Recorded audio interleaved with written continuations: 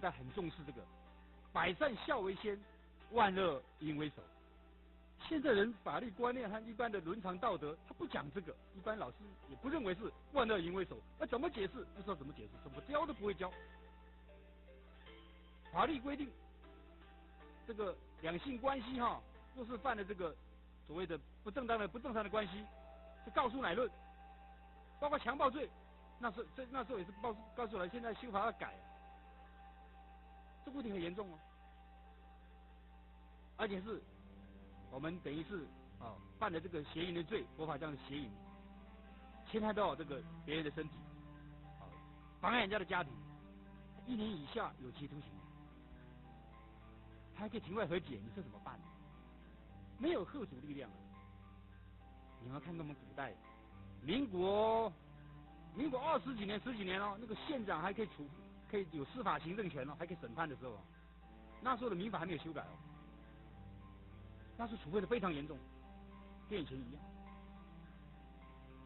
你只要看古代的这个判案的就知道了，有讲到这个事情。只要是男女发生不正常的关系，乡长、里长、保长这个组长就可以处分了，用火烧死这对这个男女，要不然用放流板的淹死掉，没人敢救啊，救不了啊，谁也救不了谁，就这样解决掉了。所以那时候会害怕，谁也不敢犯这种大逆不道的罪行。自然就会容易懂得戒慎恐惧，不敢肆无忌惮。现在就不一样了，观念开放之后不得了了，大家习以为常，平时谈话说笑、谈笑风生都会谈到这个。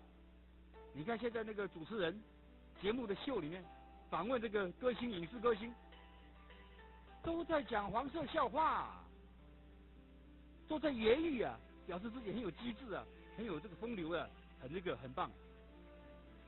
大家都习以为常不以为怪，这都是荼毒人心的媒介，这是口业所谓佛法讲的绮语对不对？妄语里面有分绮语令人家想入非非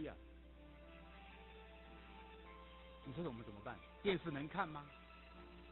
所以我常常劝人家，电视是魔鬼，最好不要看若是看了它考容易派大家都不相信他演的这里讲经说法的节目不多都是商业色彩广告就算讲经说法了，广告来一段清凉的，哇，又昏倒了。刚刚培养了清净心，下次又会被染污了，你说怎么办呢？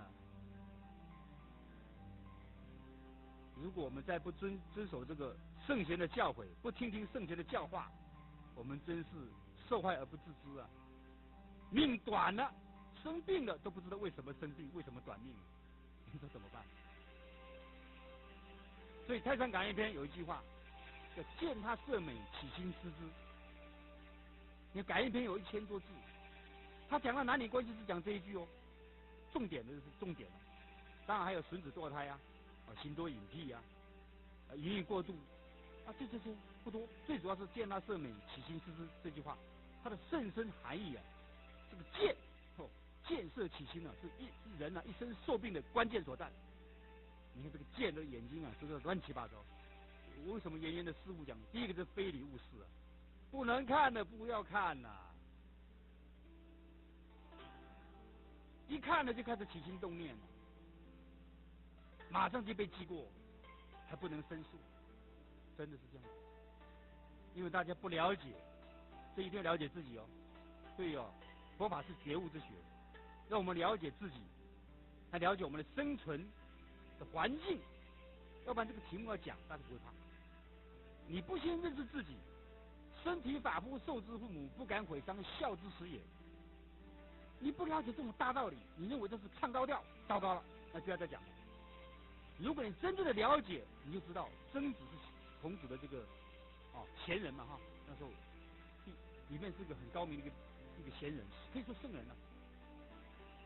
他就讲到孟子也讲到这个问题守身我们中国讲守身如玉如果我们对这个身体不好好的保护，等于是轻视父母给我们的遗体，见识他，那个罪就很重曾子到临终的时候还讲这种话呢，起于足啊，起于手啊，就打开我的手啊，打开我的脚，看看有没有问题啊，是父母给我生下来的这个遗体，这个身体啊，我有没有保护的好啊？如临深渊，如履薄冰啊，尔今而后吾之免服啊。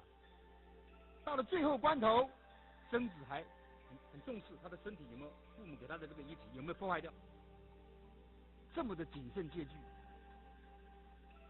如果我们凡夫俗子不懂这个道理，那永远是凡夫俗子，不能够转凡成圣。第一个，我们就是轻视父母给我们的身体，我们就利用这个身体去造罪孽，去享乐，纵欲为乐，放纵我们自己的欲望，追求不正当的感官享受，那就产生了所谓的乐极生悲这句话出来。所以色这件事情啊，是我们这个凡夫俗子最容易犯的罪业，它比起贪财杀生等等的恶业，还要100倍以上难以控制。所以它的败德、败坏道德、取得灾祸，要比其他的恶业还要100倍的严酷惨烈，这是事实。所以叫做万恶之首。因为这个贪财杀生这个恶业啊，很明显，容易看得出来，容易知道，这个不可以做，比较明显，而且道理也不会那么深，是可以用语言文字说得尽的，讲得完的。然而这个淫的罪孽啊，非常的隐秘，而且道理又很深邃，是我们用语言很难诉说尽的。所以太上啊，才用灭除意念啊，这个文字啊，从最初的一念来唤醒茫茫众生的痴迷。所以太上说，见他色美，起心思之。为什么呢？因为人啊，对于美色，当眼睛啊接触那一刹那，心若是一动，则会想念啊、思梦啊、贪求啊，这种种的念头就会缠来缠去，固结在心里面，解不开。若是心中萌生了这种的念头，不用等待身体去犯了，不用等到行为去做啊，就已经是违背了天理而堕入的人欲了。这时候就被阴间啊列下了无穷的罪业。所以太上是无量的慈悲，他不用繁琐的言语，只用一句话来点醒，来提示我们，在我们建设起心的时候啊，不可以不从我们的心源处来及早的禁止断绝这种隐微又深邃不为人知的恶业。所以我们应当要在才起念头的时候，立刻就要奋勇的把它一刀斩断，不可以这时候有丝毫的犹豫，也不可以容有丝毫的情念，因为天堂地狱就在这一念之间立刻分判。若是这个时候稍微有点认识不清，看得不破，不能够斩钉截铁的立定脚跟，则在瞬息之间就会牵引滋长，蔓延开来，不知不觉就飘入了罗刹鬼国之中了。这实在是太危险。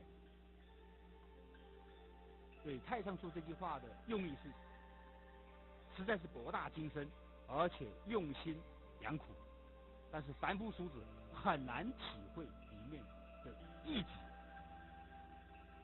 这是很不幸的。大家不以为然，尤其是现代人更难调教，中毒太深，很难回头。不给你讲清楚说明白，那真是没有救。因为大家不相信有鬼神的观念，不相信有因果报应的观念，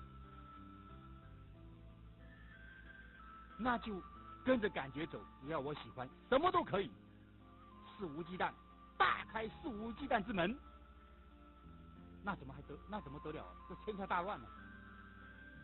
所以现在我们台湾的离婚率啊，是亚洲第一位，这不得了的事情，破坏我们的家庭的基础，影响我们社会的治安，造成犯罪飙涨，跟色情泛滥有绝对密不可分的关系。所以大家若是了解其中的因缘，就懂得这个事情非常的重要，不能够轻视，否则各位也是这个受害者。你看现在女孩子坐计程车都会怕，你说是不是？家长还要抄计程车的车号，还要看看这个驾驶是不是面目可憎，还是面带慈善，说不定是假的，心毒冒词也不一定哦，也会上当的哦。你防不胜防呢，所以我们都是治安恶化下的受害者。我记得前几年不是有个很重的命案吗？彭婉如命案，对不对？各位都了解啊。你再高的地位都是一样会受害的。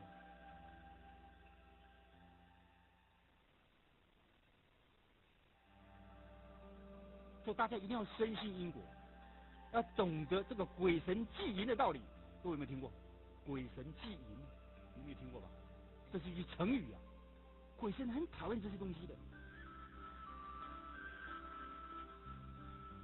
孔子说：“敬鬼神而远之。”其实我们身体里面就有三尸神，我们的肩膀上有善恶两部童子。各位可能对三尸神可能不甚了解，这个《太上感应篇》里面讲到三尸神，说三尸神在我们的身体里面，凡是人的心口意语啊，总是瞒不过三尸神的嘛。三尸神每到了庚申日，你要去查农民历就知道什么叫庚申日，每60天一次叫庚申日，也就是天神决断人的善恶的这一天。这个三尸神啊，就趁着我们人啊在熟睡的时候，与身体中的气魄啊，就上天去了，跟玉皇大帝报告啊，这个人做了什么坏事，心里面想了什么恶念，嘴巴里面讲了什么坏话，全部报告一五一十，不折不扣。当然，他想给你加重一点是不太可能的，想给你减少一点也是不可能的，就不增不减。你说怎么办？我们不知道这个事实的真相啊。上尸神就是上尸神、中尸神、下尸神，叫三尸神。上尸神叫做彭巨啊，它居住在我们人的头部，叫上尸神。它会令我们人啊多思考、多欲望，使得我们的人的眼睛昏花、头发掉落。中尸神呢叫做彭志，它居住在我们的人的肠子里面，它会使这个人啊喜欢饮食多忘事，而且喜欢做坏事。那下尸神居住在我们的脚部，名叫彭敲，它会令人这个好色，喜欢杀生，使得人的手脚四肢、五脏六腑啊扰动不安，坐立不安。这个我们考究三尸神的所作所为，他目的何在？他总有目的吧？各位了解吗？他的目的就是要使这个人啊拼命做坏事，多造一点孽，他好早死。为什么？我们啊常常说算尽则死嘛，一个人坏事做多了，他的寿命会被减寿夺算、夺计，甚至夺计是12年的寿命，夺算就是100天的寿命。犯大的就夺计嘛，犯小的就夺算嘛，这个都是神明在帮我们算的。就像减寿都不知道啊，减到最后就算尽则死了，就早死了。你看那坏事做多的年轻人，对不对？他活不到老一下子再见了，10几岁就再见了，20几岁就再见了，不是被车撞死就被人杀死、被枪打死的，多得很啊。你看所有的命案里面，就是所谓的算尽则死啊，自己没积德，坏事又做的不少，还不承认自己在做坏事，那就下去了。所以三尸神的目的是要使人快的死亡，他们好出去做鬼。做鬼的目的何在？你看那个我们不是初一15吗？对不对？这个过节过年啊，拜什么血食？现在拜祭都不懂得用鲜花素，都会鸡鸭鱼肉，用血食的供养这些这个邪神邪鬼。三世人出去就想做鬼的目的，就是希望人家对他血食的供养，他享受这个。你说我们要不要上当？不能上当啊！你知道我们身体里面有三世神的话，更要谨慎小心了，因为他是在我们的身体里面的。你想什么念头，动个邪念他都知道。人的身口意语，所有的鬼神里面三世神最清楚，他就在你的身体里面，听都没听过，不说不知道，说了吓一跳，你说麻不麻烦？还有《华严经》讲到，我们肩膀上有三恶两不童子，就是所谓的天人啊。天人常见人，人不见天人，24小时在我们的肩膀上面收证录影。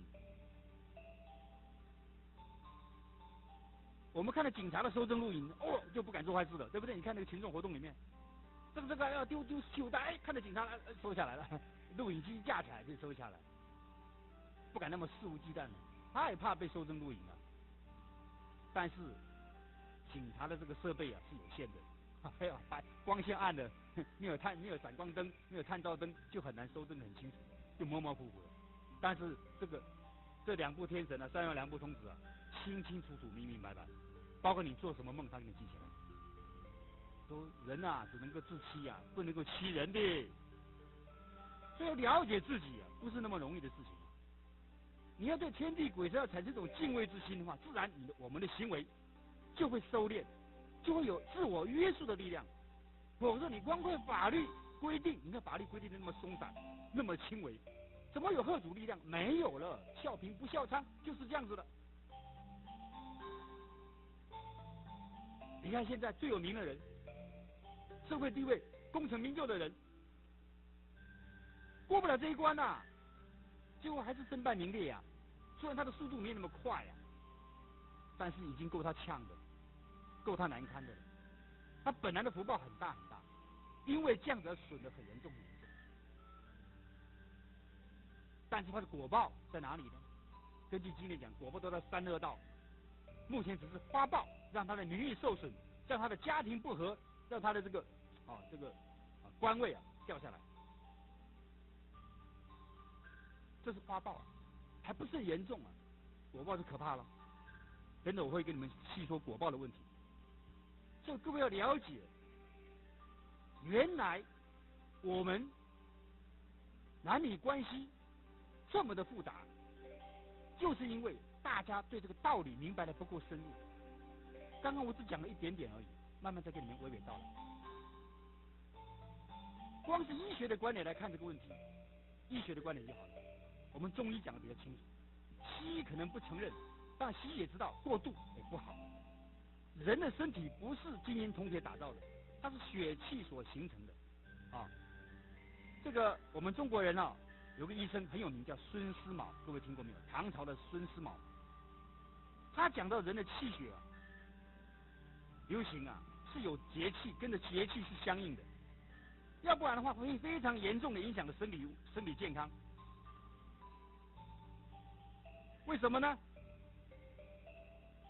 如果我们在色欲上如果不加以节制的话，开始的时候不觉得有害哦，但是久而久之，日积月累的损伤的结果，必然会使得精髓亏损，气血败坏，最后导致死亡。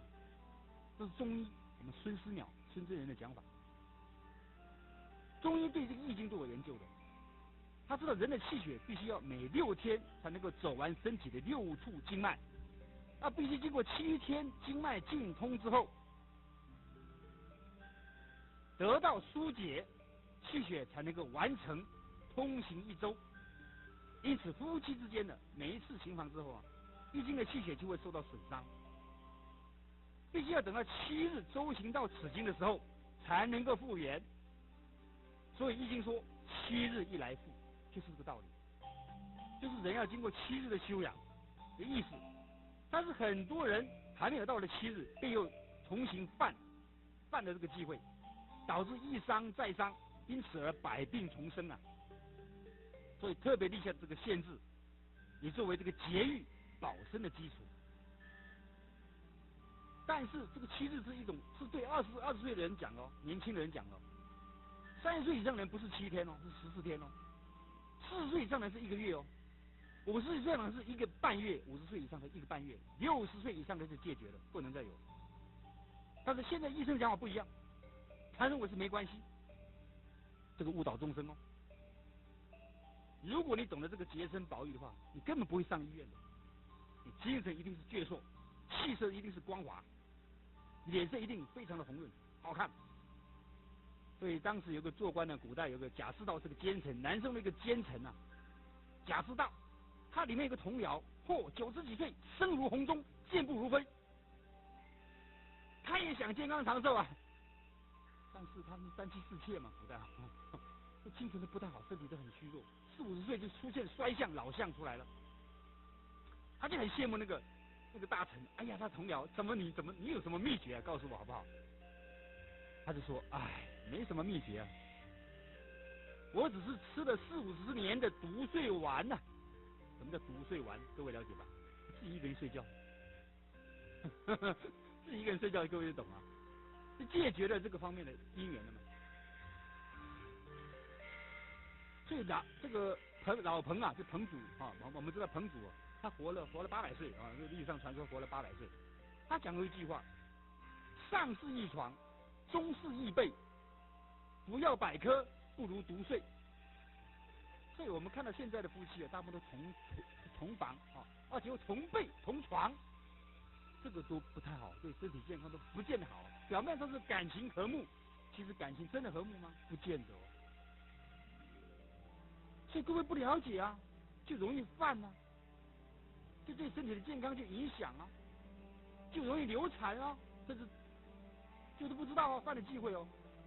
各位了不了解？妇女怀胎之后不能够行房的，不能够同房的，各位了解吗？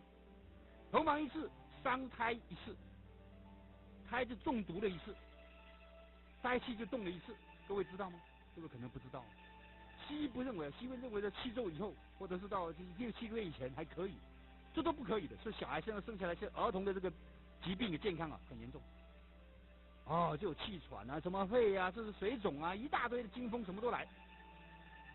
这个各位不懂得胎教的重要性，这是忌讳，非常严重的忌讳。所以刚刚怀孕不到半个月还不知道怀孕就流产了，很多这种现象。那个科学再发达，能保证你不流产吗？很难哦。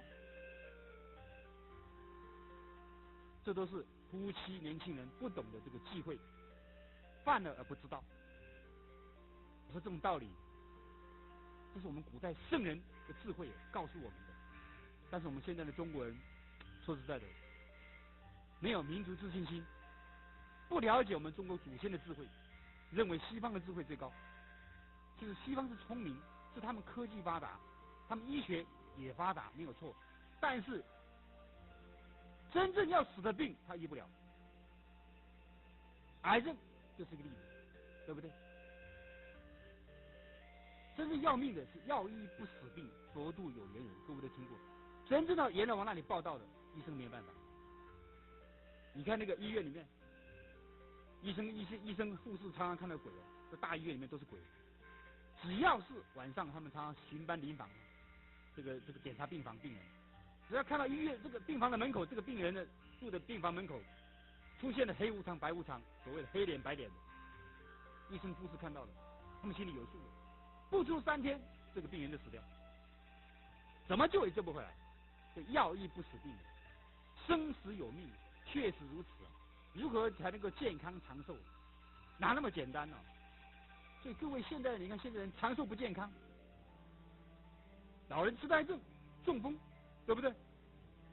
就是这个很明显的例子嘛。躺在床上享福报，跟平时年轻的时候没有节制色欲有很大的关系啊。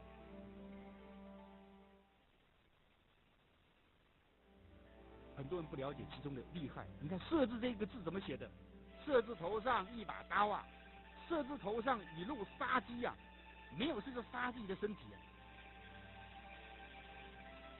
男人更严重。所以我们在座的女性，你对你先生，你希望你们长相厮守，你要劝你先生啊，要节欲啊，不是好事纵欲不是好事。你要有智慧啊，所以妻贤夫祸少，就是这样子啊。我们叫做贤内助啊。这个事情可能你们还不懂哦，你不要以为先生怎么样，你要学顺他也不对的哦。你要有智慧去处理这个闺房里面的事情哦。闺房之礼啊，周公之礼啊，是很深的道理啊，不是随便的。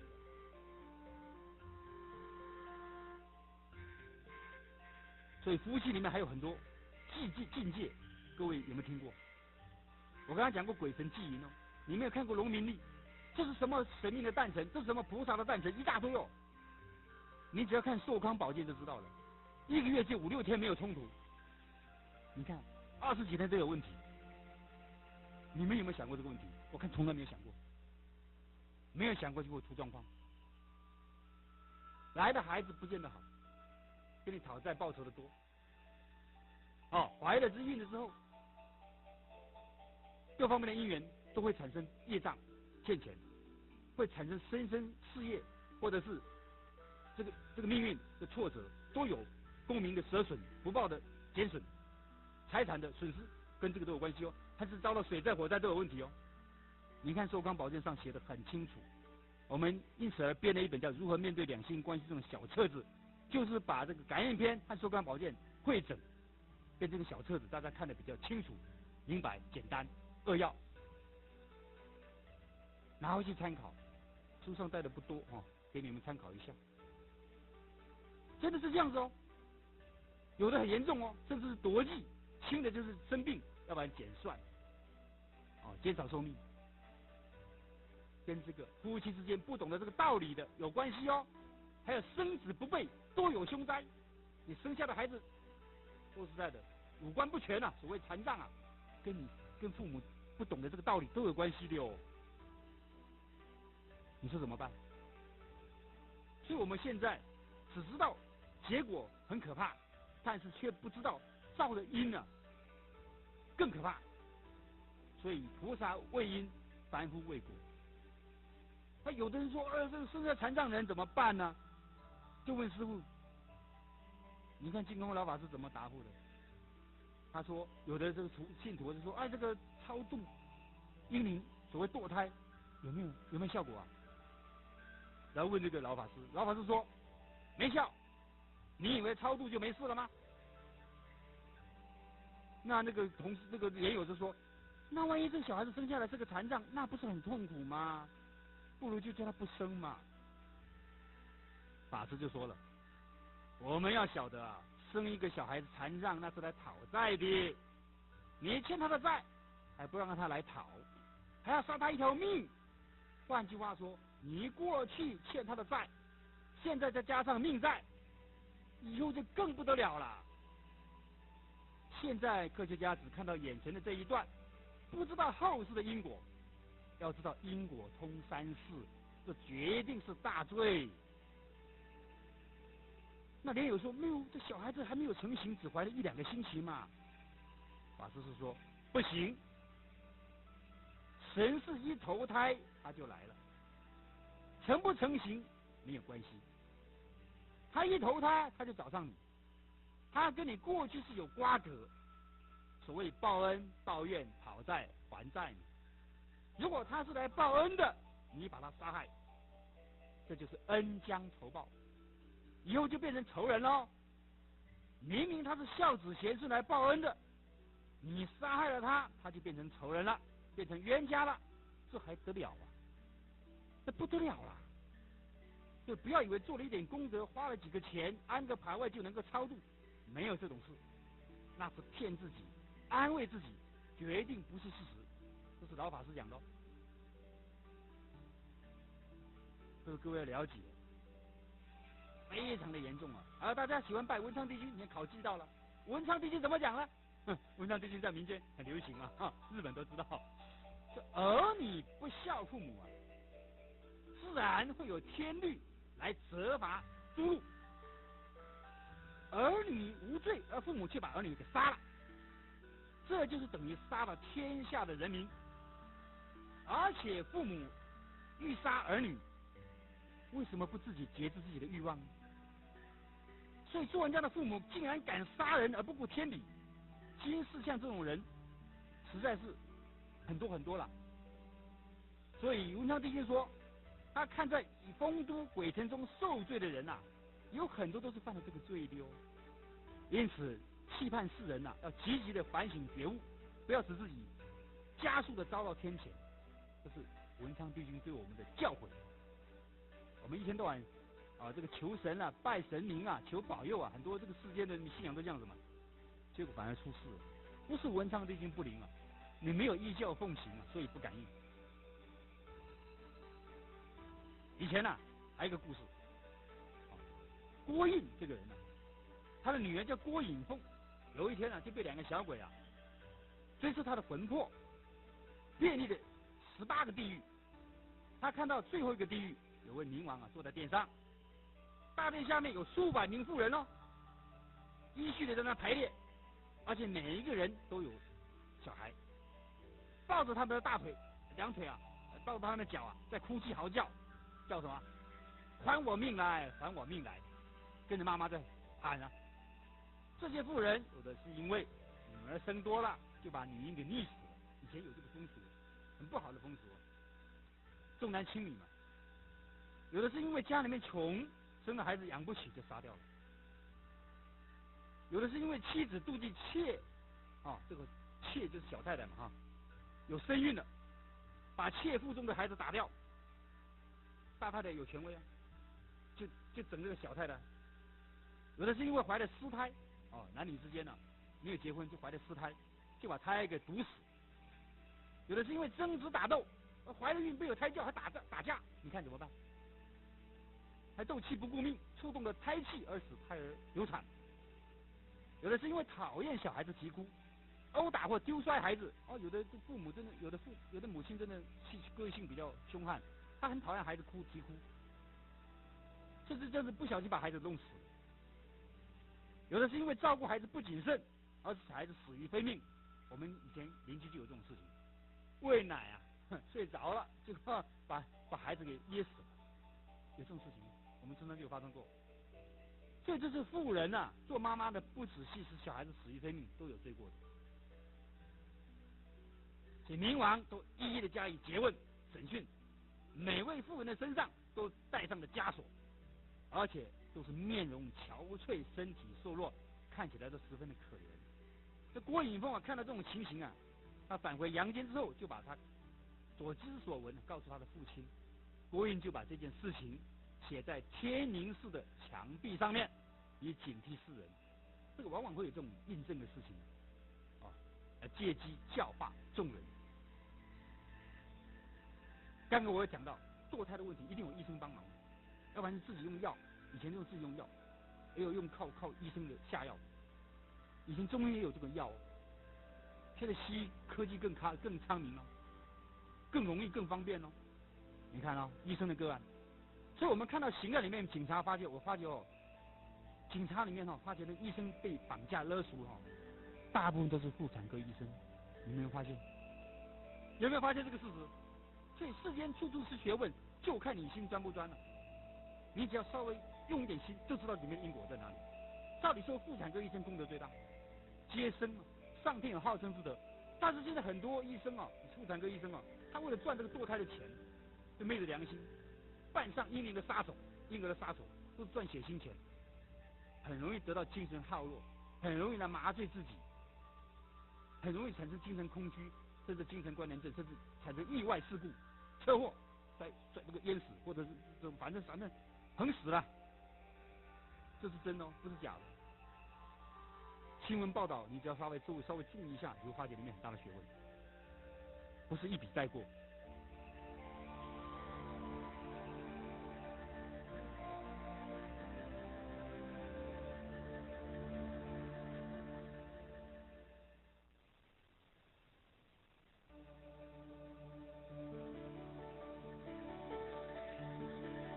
以前有个妇人叫杨阿胜，又贫穷又有病，晚年就更狼狈。他临终的时候，他自言自语的说道：“这事情给我们看的哦。他说我前生的时候本来是一位医生帮病人看病的时候没有详细的检查病情，有一次，有一位妇人自称肚子痛，里面长了毒虫，她也不能分辨她到底有没有怀孕，她就马上给她服下的原花酒，就可以下虫，把那个虫给肚子里面下出来，把毒虫打出来。结果妇人服下的这个原花酒之后，与肚子里面的双胞胎一起都死了，一死三命。因为这个医生他看错了嘛，他没有研判的能力嘛，研判错误，看错了病，给错了药，就因此他杀死了3条人命。那应试的民官就以杀人的罪名来处罚他。所以他说，我在阴间受苦，阴间的苦受满之后，又处罚我投胎做女人，这一生已经是第3次了，而且生生世世都是做下贱的奴隶，帮人家做女佣，经常必须忍受着饥渴贫穷的煎熬，很少有安宁的日子。我这种的遭遇可以告诉世间做医生的人，他以前是医生，一定要以我为戒啊。做完之后，杨阿胜就死了，临终前自言自语讲出来这句话，你说他胡言乱语吗？临终前会讲这种话的人不多，各位不要等闲视之呢。你看临终都昏迷了，他会讲话，这都是幽冥界的一种事情，给托他来告诉大家的。但是不是每一个偶自为之，警醒世人，你不要自以为是哦。世间没有地狱哦，没有阴间哦，没有刑罚哦，通通都有啊。所以这个女众啊，说实在的，我刚刚讲过，女众确实是比较辛苦一点啊，因为会有这个传宗接代的，有这种结了婚就要传宗接代嘛，会有这种现象出来。生儿育女啊，都是女众，很辛苦的。所以各位要了解自己是女众啊，更要认真修行啊，知苦要离苦啊，要互相的勉励啊。所以说这个影视媒体啊，那种样子致命风流啊，给人家一种坏的印象，说我是男儿当好色，那谁该倒霉啊？谁该受害呢？不可以这样子的。所以吕洞宾也讲过一句话：劝君莫借风流债，借得快时还得快。家中自有代还人啊，你要赖时他不赖。我相信在这个现在的社会中，男女关系这么的密切，没有像公知后面讲的那么清楚，保持距离与车安全，几乎都越轨了，都犯了。那要懂得忏悔之道啊！光讲这个会吓死大家。要懂得忏悔还有功德呢，还可以灭罪的，这是真的。忏悔可以灭罪。现在很多小说家的笔下都是有点带着言情的小说里面，这是罪过很重的。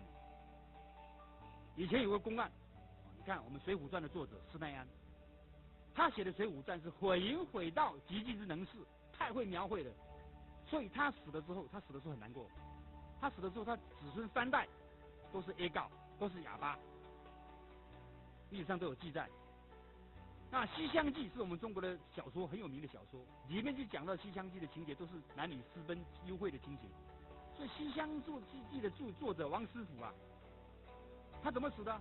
嚼舌而亡，他自己也受不了了，意念呢，在胡思乱想，他都会写出那些东西出来啊，他自己都没有办法控制自己的，就咬舌自尽。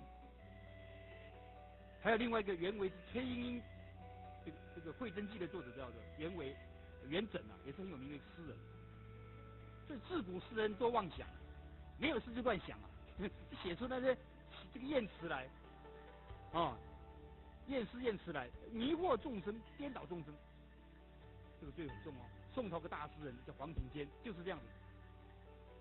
他有一个公案，他就问了当时那个圆通会禅师袁秀，那个禅师叫做袁通秀，好像是这个得道的高僧。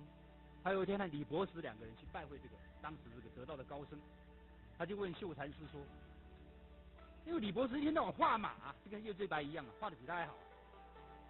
但是秀禅师说，哎呀，博士啊，你不要把你一生的心力啊都投入在画马的功夫上面了，画马会变马哎，会这个心想事成哎，一切唯心造啊，你懂这个道理吗？这个李博士听了吓一跳，因此而觉悟，就不敢画马。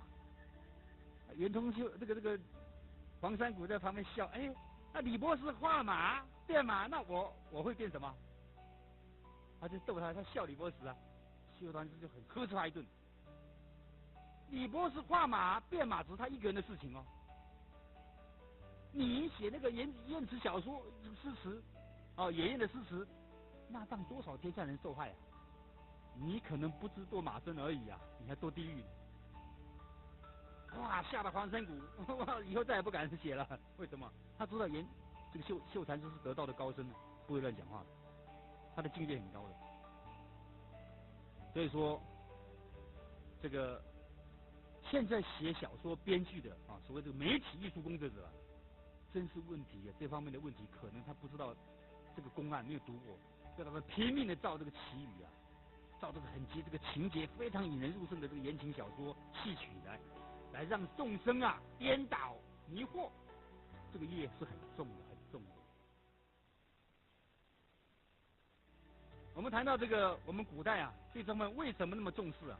甚至认为会损功名，其实啊真的会损功名。我们可以用这个公案来解释啊。李登这个人，在18岁的时候就考中乡试中的解元，但是一直到了50岁都考不起功名，没有考起进士。那李登啊就拜访叶净老法师，他问这其中我为什么考不上的原因。叶法师便替他叩问的文昌帝君啊，请求指示。这个文帝啊就命神力拿李登的官籍，他做官的这个部籍啊，给法师过目，请法师参考。上面怎么写的？上面这样写：李登出生时，天地赐玉印。这李登刚刚出生的时候，天地就指玉皇大帝赐给他玉印。18中解元，18岁就考中解元，19做状元，19岁考上状元，52岁官拜右丞相。因为18岁中了解元之后，暗中偷窥了邻家女儿洗澡，因此功名延迟了10年，而且还被降了2甲2等。又因为侵占了哥哥李丰的房屋的地基，功名又延后了10年，而且还被降了3甲。又因为奸淫一位郑姓的良家妇女，功名又因此延后了10年，前后合计延了30年。现在又奸淫了邻居的女儿，真是造恶不断，不知悔改。上天已经消去了他的功名，因此李登终身都不会再考中功名。这个叶法师就把这些话告诉了李登，李登因此而惭愧羞愤而死。所以我们要知道啊，祖父啊祖先啊，不知道积了多少年的德啊，才出了一个状元宰相的儿孙。李登却是自己造孽，把自己的状元宰相的功名啊，真是全部消尽了。这样不但是辜负了天恩，也辜负了祖宗。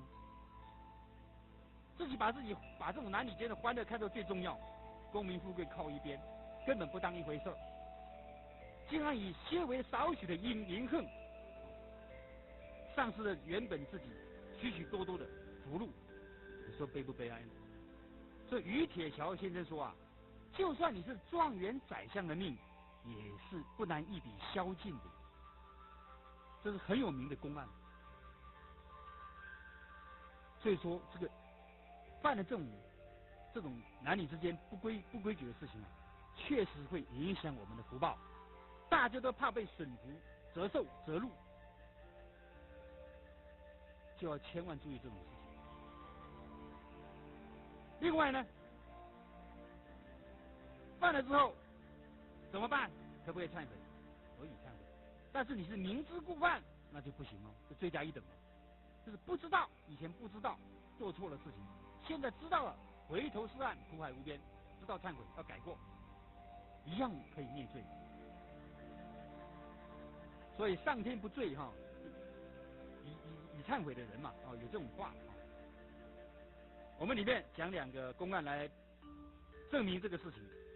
以前呢，金华人呢叫齐望，他到了50岁都生不出儿子来。这个相士就看他，哎呦，齐先生啊，你这脸上有恶气，必定是做了亏心事啊。这个齐望听了吓一跳，就承认了，我在年轻的时候不懂事啊，结果等于是做了坏事没人知道，就是犯了邪淫了，像是很惊异的跟他说道，你犯了这种的罪孽的话，应该是要截止洁身哦。要知道邪淫的罪孽最难通忏悔哦，你必定要积些大善大德，才可以挽回天心。结果齐王因此听了相师的这个劝告之后，拼命忏悔改过，拼命做好事，非常乐于布施。到了第3年，齐王他无力行善，不假手他人，自己来干，不肯让人。这时候相师就说了，你脸上的印字纹全部显露出来了，你不必担心你没有儿子了。齐王果然生出了一个儿子，到了70岁还能够抱孙子。就是忏悔确实能够挽回天心的证明。我们既然知道错了，就要悔改。我相信男生呢，几乎很多都犯了这种过错，连圣经都会讲到这个事情。不要让我们陷于诱惑，但救我们免于凶恶。我看那个常常在电线杆上也讲到，神憎恨色情，在东西方的圣人都有同一的这种讲法道理哦。所以各位只要去看一看，你就知道圣贤人对我们都讲这是万恶之首，千万不要碰。但是一般人不是这个讲法，就很严重了。耳濡目染之下，就容易似是而非了，搞不清楚了，模棱两可了。我也曾劝过这个办公室的女孩子，我的同事同学还有蛮有身份地位、阶级蛮高的女孩子的爱美嘛，女为悦己者容嘛，好像是一种天经地义的事情。其实各位要注意哦，女孩子不要穿的暴露。比方说你穿没有袖子的，你穿迷你裙，这对吗？在你认为来讲，这是我个人的事情嘛，个人的行为嘛，应该不至于影响到别人嘛，对不对？这是很时髦的象征嘛，这种风俗嘛，认为一种习惯嘛，不以为怪了。其实你不知道啊，男生看到女生都喜欢眼睛吃什么冰淇淋嘛，你穿的越少他越高兴啊，为什么？让他起心动念产生这个意念的行为他思想上犯罪你都不知道啊。所以我们不要知道这个传媒给他看到否则我们等于是助纣为虐嘛，助男生作孽而已嘛。所以女生呢要有这种自知之明要懂得保护自己神是这样说，连握手都不要随便握手，因为会有传电的感觉。一有这个皮肤的接触，皮肤一有触电的感觉，你的心里面一定产生震动，就开始胡思乱想了。当然人家不知道你想什么，但是你都被这个黑地鬼神都记录起来了。我刚才讲过了，都犯错了，都犯罪孽了。所以男生也不要随便主动跟女生握手，除非女生主动拿出来，你那时候为了礼仪嘛没办法，就是握手，但是你心存正面，不能够产生幻想。这平时一定要有这个谨慎、操持、正心诚意的功夫，你才能够当下当剑不乱，你心里面不会乱，当然身体更不会乱嘛，行为更不会偏差嘛。这必须要用平时要有操练的功夫，要修心，就是这样子。要不然的话，问题很严重，很严重。一握手，一勾肩，一搭背就出去了。所以说，甚至于死开始那一刹那，就开始非常谨慎。所以女孩子一定要懂得明哲保身更要知道守身如玉男生也是一样。你看现在男生里面，男女之间还有很多奇奇怪怪的问题，超过这个范围了，更严重，叫什么？同性恋。各位听过没？同志，你看这个政治人物我看很多政治人物都不敢反对包括美国，包括我们台湾还为他们这等于是谋福利政治。他们有他们的权利，我们要尊重，讲了一大堆似是而非的道理。各位，到底可不可以同性恋？人有这个权利吗？他不知道因果，同性恋的因果很重的那是大邪淫男女之间不正常的关系已经是邪淫了，何况是这个同性之间的这个不正常的关系，这是大邪淫，非常严重的。各位，感应篇里面也有谈到这个同性恋的这个不可以的原因我跟各位报告一下。为什么不可以呢？它里面讲了男子，当然女子的道理也差不多了这男子行邪淫也就是同性恋有6种不可以的道理，哪6种？第一种，因为这个同性恋的行为实在是淫秽不堪，有伤颜面，而且会伤身败德，没有羞耻心，这是第一种不可以的原因。那有的抛弃了自己的结发妻子，却去伺候那些少年小孩子，违背天地阴阳之间的这个自然的道理，导致这个好恶有了偏差，这是第二种不可以的原因。这一类人的行为非常的轻佻，而且又不检点，而且甚至还会偷香窃玉，染污了自己家中的女子，这是三不可以的原因。举头三尺高，决定有神明。刚刚讲过了，神明对于这种同性恋的这个污秽邪淫的行为，会感到生气、嗔恨哦。所以降下来的惩罚一定不轻，这是第四点不可以的原因。以前人王法有明文规定不可以，现在的法律好像没有这种规定哦。以前的法律比较严格，而且监禁于杀。我们警察里面常常讲监禁杀这三个字，容易触动杀机。你看同性恋你想要跑，跟别人谈恋爱，突然把你杀掉，很凶的，杀的比那个一般的杀的还厉害啊！那报纸新闻看过吧，听过吧？那个手段更残忍，容易触动杀机丧失了宝贵的生命，这是第五种不可以的。另外，不是为了传宗接代，随便的这个把自己的身上最珍贵的东西卸掉的话这种的行为是愚蠢到了极点，只是加速的伤害自己的生命而已，这是第六种不可以的原因。这同性恋不可以，不晓得同志们听过没有？我还亲自碰过这种事情那我现在辅导里面还碰过这种事情。有一个个案跑来找我，痛哭流涕，不是他有问题是他儿子有问题。为什么？我奋斗了一辈子房子也有了，车子也有了，孩子也长大了，考上国立大学了，照理说是这很好的事情嘛家庭幸福嘛，妻子心里美满嘛。结果儿子出事了。他说他儿子功课都很好，但是他的个性很奇怪，为什么会喜欢男生？而且在学校里面还写文章提倡同性恋，差点让他昏倒。他觉得他对不起祖先，他觉得没有回去，没有脸去见他的那个这个家族的人，知道这种事情会觉得很丢脸。如果你还有羞耻观念的话，儿子不以为然跟老爸唱反调，造成家庭革命。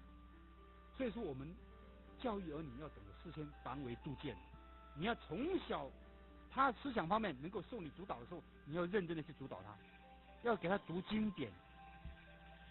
对，子孙虽愚，经书不可不读，他才有免疫的能力，他才不会随着群魔乱舞，他才有是非真伪的辨别能力。要不然都是受害者。书虽然读得多，可是只是知识，只是常识，他没有辨别真假的能力，很可怜这都是实际的个案我们知道，欲望越重，就表示我们造的孽越重。你看那个陈建新，一天到晚对不对？没事就强暴，他的欲望太重了，孽重情天迫，他迫不及待。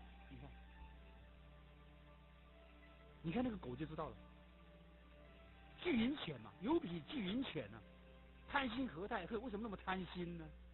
新烧一聘狗，一个母狗在那里，又烧又臭，群雄爱彻骨。你看公狗都爱得要死强者居其间比较强的就上去了，这个弱者绕其侧。你看比较差的狗体力不够，打不过他的，就躲在旁边看。以遂思愿者，洋洋独自者，就非常得意。唾舌迷两耳这个舌头吐出来，两只耳朵垂下来，惭愧全不是，根本不知道什么叫惭愧，公然降众在街头马路。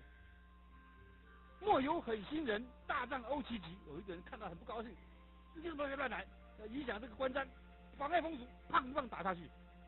一片好恩情，俄请上魂魄，吓死都跑掉了狗。所以说各位了解我们这个娑婆世界没有一个不爱色的，男色女色，女爱男色，男爱女色，上至诸天仙包括仙人都喜欢下至于早狮，狮子跳蚤也喜欢。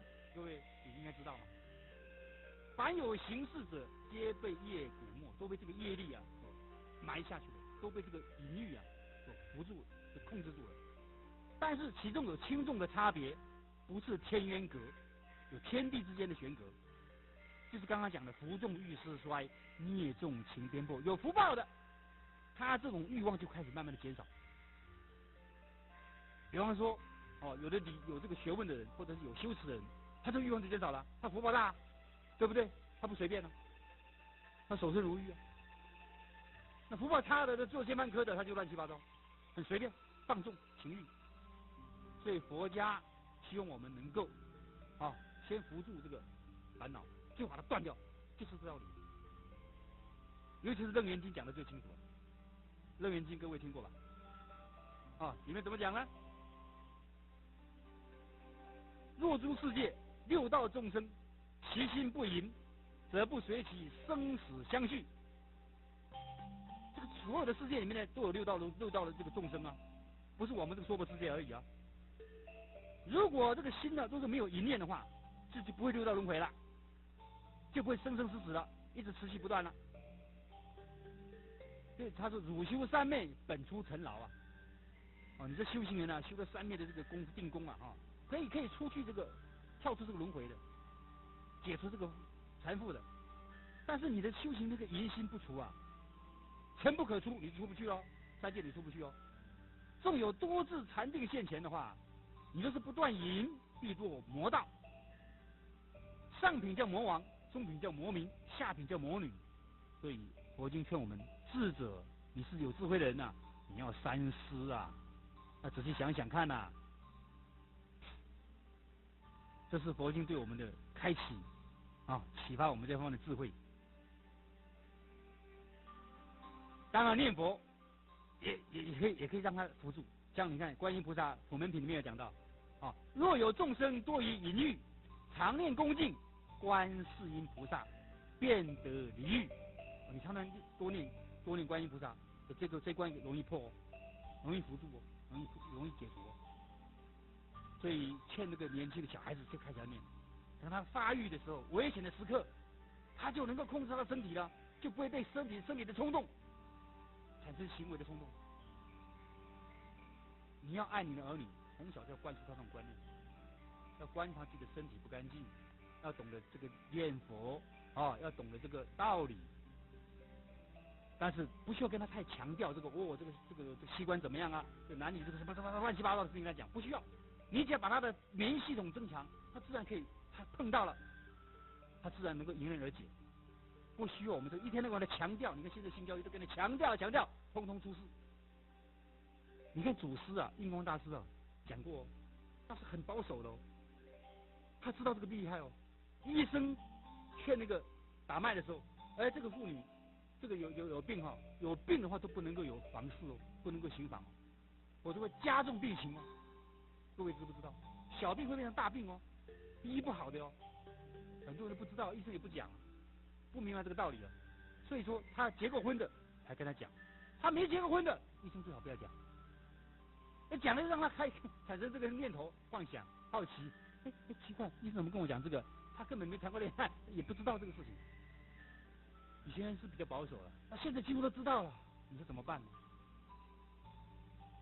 这一点，希望大家不要因为因药成病那更糟糕了。就我们劝人家要得体，要劝得恰到好处，要讲的刚刚好，免得他因药成病。你不讲还没事，一讲它更严重，会有这种现象，后遗症副作用。谢谢各位。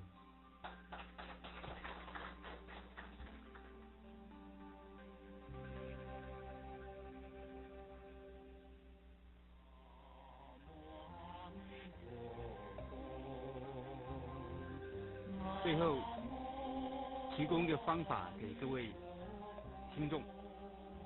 这个方法是用念佛的方法对治我们的这个邪心妄想。怎么念呢？就是南无阿弥陀佛这6个字每一个字要念得很清楚。你小声念、轻声念、细声念或大声念音量自己可以调控。南无阿弥陀佛，南无阿弥陀佛，南无阿弥陀佛，南无阿弥陀佛，南无阿弥陀佛，南无阿弥陀佛。南无阿弥陀佛，南无阿弥陀佛，南无阿弥陀佛，南无阿弥陀佛，刚好10句。每一句念完的时候，心里面要数一个号码，就1，第2句就是2，第3句就是3，以此类推，刚好10成一个循环。你要念得清楚，这个字句分明。南无阿弥陀佛，字句分明。你要听得很清楚，听自己的声音。那心里面数那个号码不可以念出来的哦，记在心里面，跟数钞票一样，不要给它乱掉。1到10这样子一直念下去，循环不断。你试试看，这个妄想杂念一下就静下来了。你可以10声勾个指头，10个指头就100声了。行住坐卧，随时可以念。厕所、浴室这个睡觉的时候是默念，听你自己的心声。我们心里面有心，有那个声相你可以仔细去听。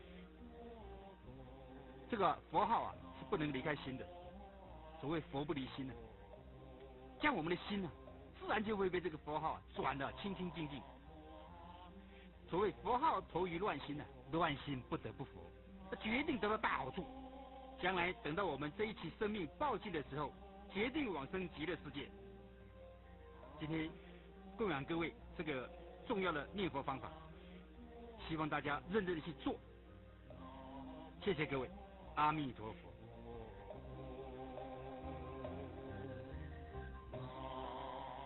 各位亲爱的听众朋友，在您听完了王警官的讲演，相信您一定是法喜充满，很想知道王警官还有没有其他的讲演录音带。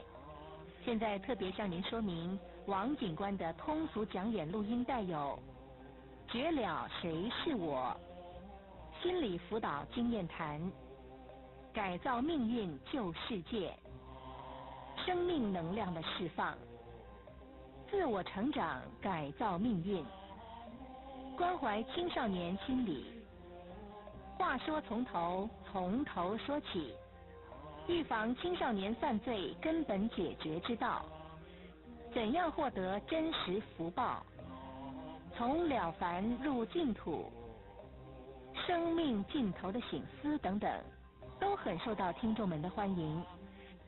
各位朋友，若是有兴趣的话，不妨和学会联系索取。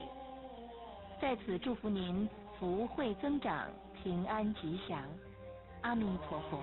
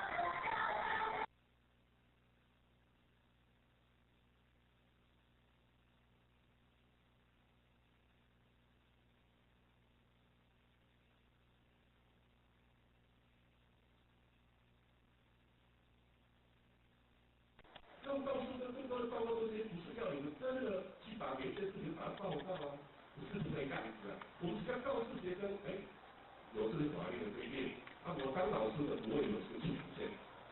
只是呢，你这些行为，我们都用教育的手段来对你辅导，对你做处理掉而已。其实我们是有这个权利的，也就是说，我们要告诉他，他是对你哈，我们是有权利把你怎么样啊？好的，这是告诉各位，那老师的权限也是对的。好，这是法律的条文啊，是板板的。我们现在告诉的是，重点就是少年事件处理法之外，我们谈一些实务的工作建议，其实非常重要哦。那么，因为我常年也是从事这些少年犯罪处理嘛，所以我经常到学校跟现场处这边来做一个配合。我们经常有看到，有时候我一到去找处的时候，看到一大票学生都趴在地上，就摆一笔大杯。也有人看到在打手势的时候，你摆的那个弹钢琴那叫拱分，不对，我觉得这个大对的。我们一个观念就只要有2个以上，不管你是要处罚他或者辅导他，只要2个人以上，我们都建议要隔离，一个来，要处罚，结果嘛是结果，马上来规大就要做，后来做事情。今年我老师就是要做，一个来，你讲无法讲做的才不就行。还有另外呢，你在打魔甲的时候或者骂魔甲的时候，魔女在旁边，她已经在评估了，我等一下要如何应验。等到在处罚魔女的时候，某丁某丙以下列推，他们都已经在评估了，甚至于等一下在。第一个在处罚某甲之后，这个旁边还有那同学，本来他是要好好看的，看到这么多的同学在那里，我不能孬种啊，我要有体贴的，来打就打嘛，所以就会产生很多的问题出来。我们的建议是要一个来，或者效果会很差。另外，学生在做处罚，我们还是建议说要原生大。以等效，因为他讲，是要完整的，你完整的话，那么问题就容易产生出来。事实上，今天我们当老师的，当你听啊，你听要学习啊，这学生啊，他就说听啊，他的肩膀上脑袋瓜才10几，我们肩膀上这脑袋瓜好几十年，你管他卖输赢，我们当然是不要给输赢嘛。我们现在最担心的是背后，其实背后那些是那个，不要忘掉哦。你跟他讲什么话，他回去这样按了这样的手机的回声，我讲你挽回，大家搞掉去不分，到来好你来修书认罪，这个是很麻烦的哦。你看嘛，最近我们国中一个老师报纸登那么大，大家应该晓得嘛，应该都是你的同业嘛那个事情我也是处理的。老师因为从资优班变调到普通班。结果不知道怎么搞的，普通班的学生去打资优班的学生，结果跟全班的家长公开道歉，全班的家长一到场才去骂3、4句，他说自己被把老师打，我们这老师这样说难过诶，对吧？我跟人沙拢袂刷，我惊拢真正就拍落去，我就跟他们一个丢，一个打。纵然这老师有瑕疵的纵然但是我们是秉持的骗老师的力量，那么爱听的听。那这个事情应该你在报章媒体都有看到，应该都有嘛结果这老师在刚发现到，一时借龄退休他是遭受这么大的侮辱，我怀疑韩文，已经韩文了，我看到那个被退休了。而且这些本点就是我们要在这里特别提出来讨论。也不少大家讨论完毕嘛反正我们有批评道歉如有雷同，纯属巧合嘛。你知道是谁退休啊？你知道吗？现在对我们依据报纸所讲的是，他有一点暗示普通班的学生去打资优班的学生，很显然这是重合。但这个事情到目前为止还围绕在教育的体系里面来处理。但是不要忘掉喽，老师，不管是从业的处理人，是依法律执行公务之人，在刑法上是广义的公务人员。也就是说，像这种如果有杀害的行为，老师是公诉罪，交收公诉罪，我们就好，是公诉罪，公诉罪是提起公诉的，查证史实都会判决，判决依照公审会的，公审会会做成惩处的，也主管要连带责任的，这点分歧了，是不是这样子？老师是公务人员没有错嘛，依法在执行公务之人。他听给这些在同乡能企业从事公职，好的，我们就是探讨这个问题。我们的探讨是老师让大家注意这个案件，我在这里讨论一下。后来我也有参与，也当时我有参与，我们是跟他们建议处理的人做成一个，我后来这里建议的。那像这个老师已经要快退休了。做出这个代志，马上大家手机来讲这个，何不去老师去看一下医生啊？这近期长期的压力、工作压力，心肝肝到牛皮了，走路样鉴定一下嘛，有一张诊断书的话，我大部家长老师的那个劳苦功高，还有长期的工作压力，他心里希望我出的问题，我们不要跟他太大的计较。第一个，第二个，校方我们的行政都不错，都上轨道，弥补这个老师心理素质的问题，跟学校的学生没有牵线，是不是？那么老师本身他也可以安乐说，我的确大概是老了吧，应该退休了，心里头是会有毛病。事实上，大家了解，每个人心里都有毛病，哪有人没有毛病？你去见这个刚刚叫的，那边建议对社会人那记者建设分析师讲说，他比较特别毛病嘛，这个比较会躁郁症的这美国人，先看一下，分别比较好的那个，我为什么要这个说辞呢？要他青少年飙车拿刀砍人啊，路边的人呢，他不认识呢，无冤无仇的砍下去了，你把他抓来问，你不说这样做，我压他的，我不准，压他不准，他就公表上遭遇嘛，忧郁症、躁郁症嘛，是不是这个样子？你说哪个听那个吧，哪个这个我们哪个见人语嘛？因此，我们在看待一个人的时候，不是看这个表面而已，我们深入去来了解。一个人的时候是有两个因素构成的，一个是生理，一个是心理。看他的身体会讲强壮，他心理有毛病啊。那我们为什么不试着去了解他呢？因此呢，我们当场那个教育局的观点跟大家做建议，第一要跟老师做这个问题。你做差的人治疗个，先去来大家讲伊唔对，先去来鉴定看看，先鉴定看看啊，先让专家鉴定了之后，才来指责说他对或者不对，安全他客观，这是要比较客观的嘛，好，这是跟各位在谈的，这是校园治安事故的一个处理，那么。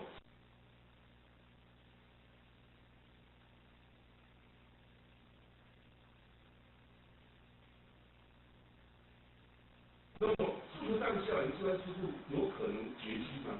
不可能绝迹的。我们的可能期在每一个人观念都跟我们一样。我们要容许某一些人的观念是跟社会是有点脱节的。所以，咱们爱家己咱这个要比较松讲不要容许某些人是跟社会秩序先把也先把遭遇。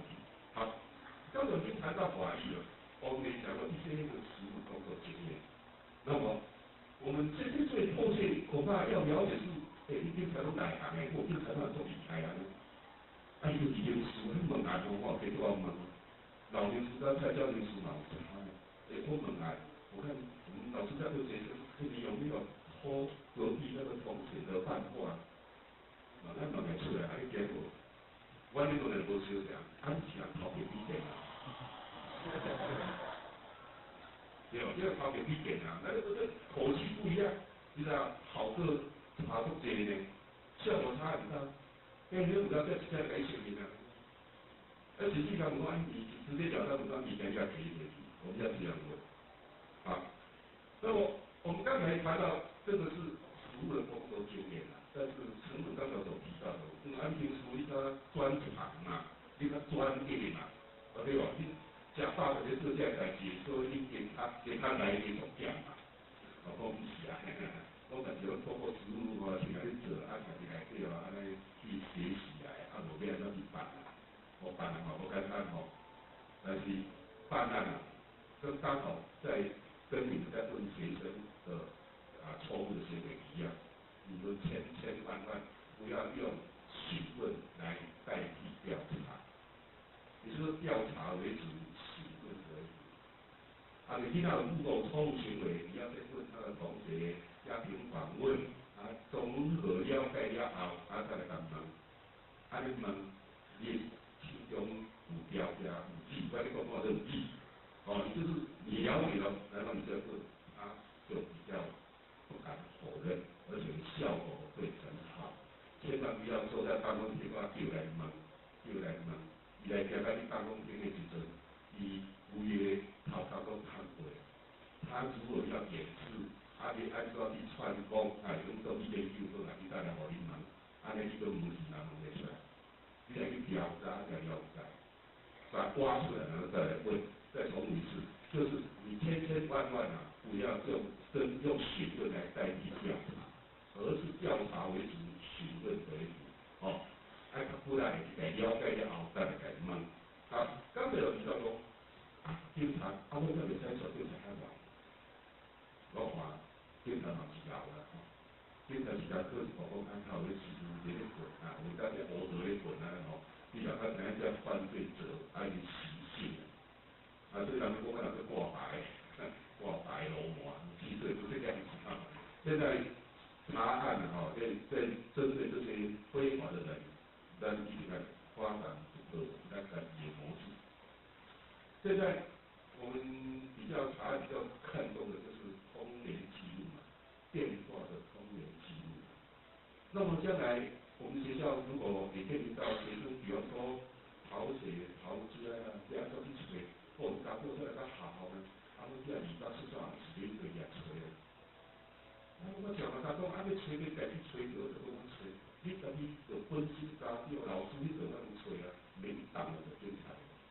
警察事实上个几万人嘛，他唔知影。刚刚你也他要逃家之前，他是在家嘛。要逃学之前在学校，这个简单嘛，在课本里面嘛，要逃家之前，他是在家里面，对不对？在家里面，他就会动用到电话嘛，电话家己的，你去电视叫他调通联记录，看你大人开，不下干的人开，你主要这个就是逃家人打的，逃家人打了，你去查可以查，看着你问得到啦，当然来查别人，那就我甲你报过去啦，现在是他如果去讲骗他的电话这个就把他报出来。我这讲那个怪电话，讲的电话，就是电话拿起来嘛，把它拨通了，然后按警字号，知道里面有噪音嘛，知道里面有噪音，嘟嘟嘟有噪音，然后你就用台语来讲，我是电视用大户口，我是外口去抢抢修线咯。佮经过5分钟了后，就恢复正常。请你从恁兜迄个电话用户的姓名，甲地址甲我讲起，完全来电脑内面做了叫乱。大家若甲你讲，我市地大通嘛成功9分半，拄一个半空阿大都220，都嘛成功的。要讲到这电话的电脑其实3秒这个是办法，这不办法。但是你像我们最近这个电话这个简讯诈欺或蛮严重，你家己管理或者无名讲，你说规定人都拢做有规模的，这个简讯诈欺，我真打去多时啊，你都问拢袂了，骗太济人，叫我基于讲叫我一个叫你唔知道，门架底台架去咯，门外头这个探险，那个前一个他们现在还在羁押当中嘛，那个好像证据蛮充足的，哦，海关不去查，你都要操作是吧？哦，但是检警他说往那去清点呢，好多税几个黑电线空啊，啊，有啥物钓着迄个啥物轿车呀，啊，有通知你钓啥物货啊，哇，像这个嘛有国际也叫骗，我这个博士对博士学，你读博士的，要骗700亿嘛，700亿嘛，就叫来好，啊，老爸要700亿，你有谁好路用啊？你有谁好路用？我算真个，啊，你博士过你读出来哦，10年内底无好日子通过，咱们今日条我看10年，佫无钱呢，佫拢借上借对吧？这囡仔就关卡，啊，连发票连条佫超过个，就囡仔我你中着嘛，这就叫骗700亿。啊，嘛个年糕呢，年糕竟然环境大动啊，嘛个骗300亿啊！哎，知影无？啊，有当这是我安尼这人遮戆啊，那戆我戆你死啊！那这老人骗年糕，那听那人真正是戆，啊你那老讲，嘛咱高中老师呢，啊嘛叫便宜，啊我便宜，我讲你来叫便宜，我讲我讲，啊所以啊，人哦，人啊一急啊，这个方寸都乱掉了。就不冷静，所以我们才说嘛，越冷静的动物哦，越聪明嘛。但是光寸断掉跳级啊，怎么提出热锅上蚂蚁啊？而且这是处理这些案件，你要看，啊你含个电话，我那卡机都电都电得出来，你讲我电信上比较好，啊来那比较恶来，那就写起来啊，这招很管用啊，找我们的中辍生啊，讨解钞票，其实很管用啊。我发个简讯给他，告诉他肯德基那里已经得奖了，要领奖品啊。有效啦，你要机构啊，搞屁有效的嘛？你讲你得到什么奖？啊，来进来肯德基啊，要来领嘛？这机票好来讲，你人讲这个好，你今仔都跳，啊，讲迄人哦，然后就贪那拢给跳，你看很管用嘛，哦，这个是减轻诈欺，如果要恶起来啊，要减起来嘛，哦，我这差别的手机，啊，这天气那出来，拢出单单的嘛，哦，无解困难，阮班那个公务员啊，我到时候就一个新闻都6块的。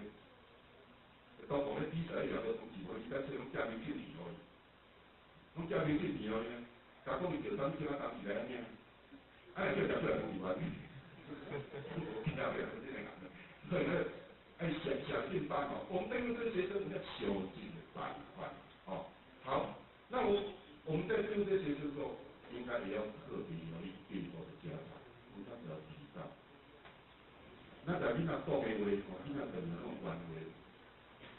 然后假期也要按价位这些，所以咱做老师的，咱要执行咱的公务，如果咱的家庭的语言啊，的公务时阵，咱一定要谨言慎行。所以说。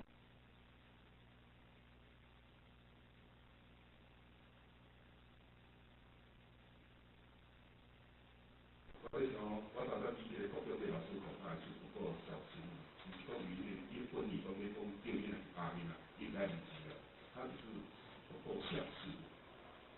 为什么要小心？哇，这个是实在无修行袂使。我头先讲的减轻诈欺，找那一些被害者来问题目，阮是偌小心偌惊咧，一通电话会去开出命案的，你了解吗？你了解吗？一通电话开出命案。啊，我相信他打不过你。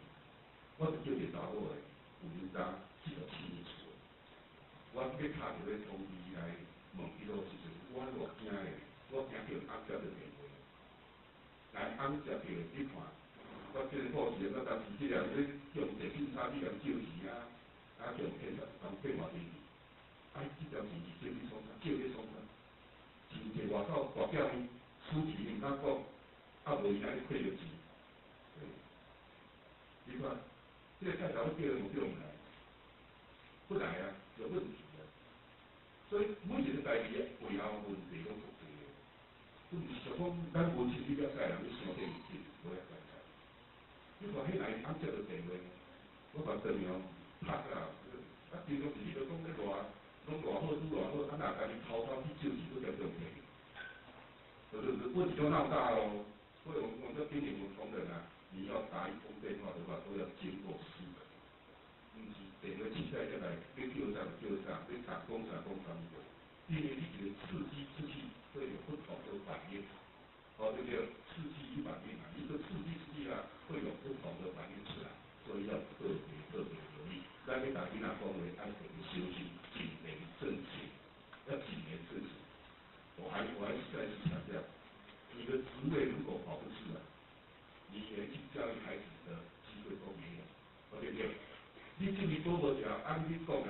甲伊处罚，你甲伊处罚拢无意的。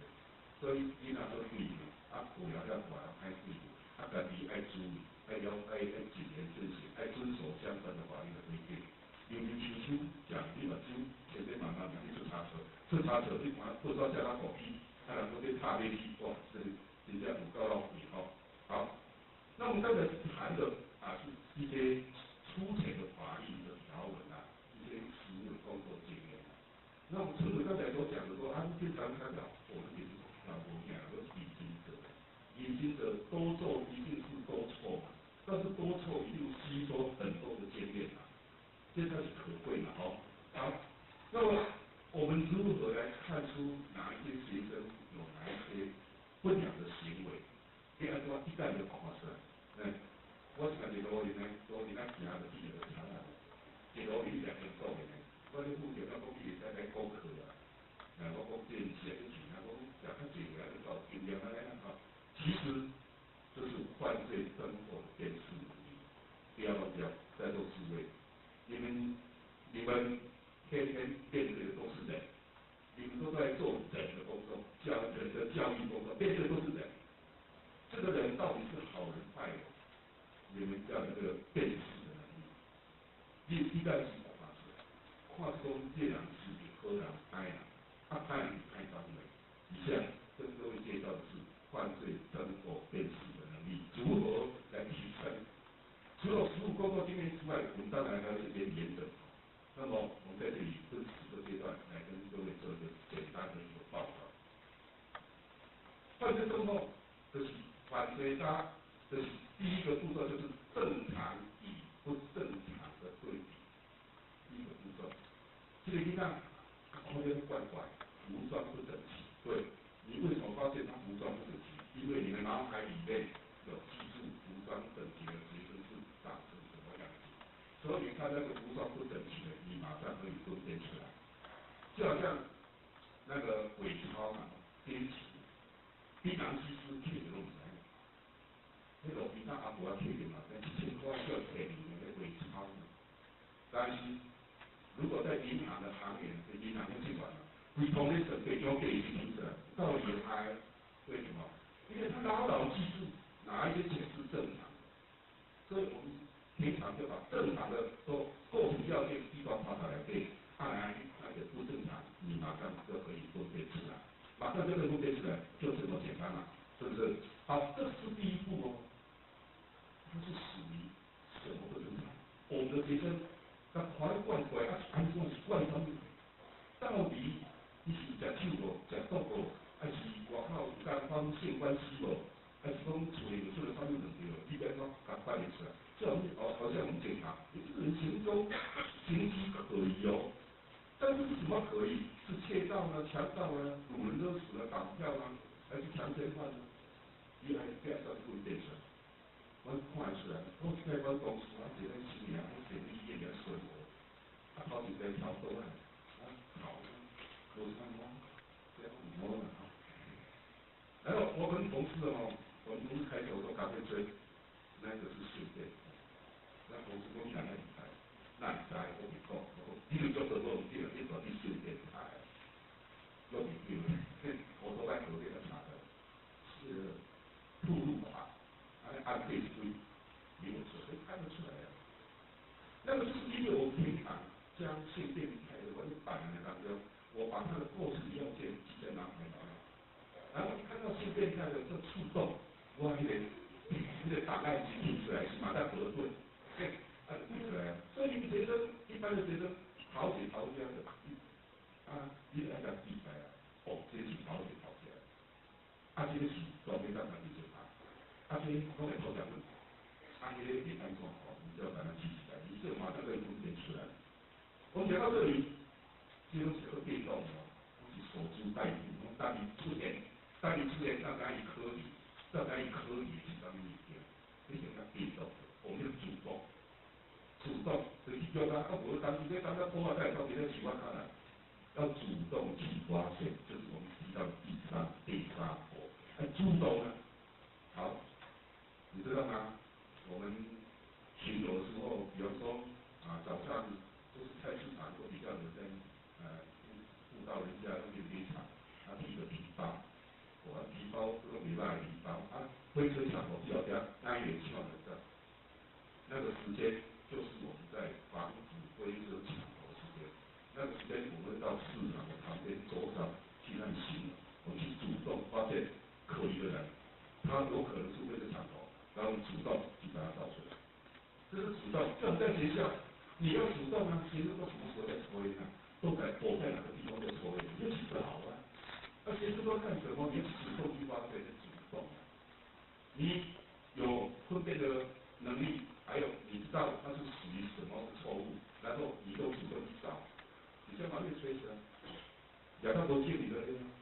好，那么这边三个步骤之外，最后一个步骤，第四个步骤，还有3个题得来说，你如何处理？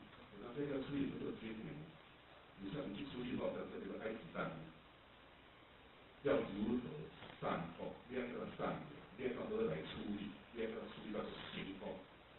处理到成功呢？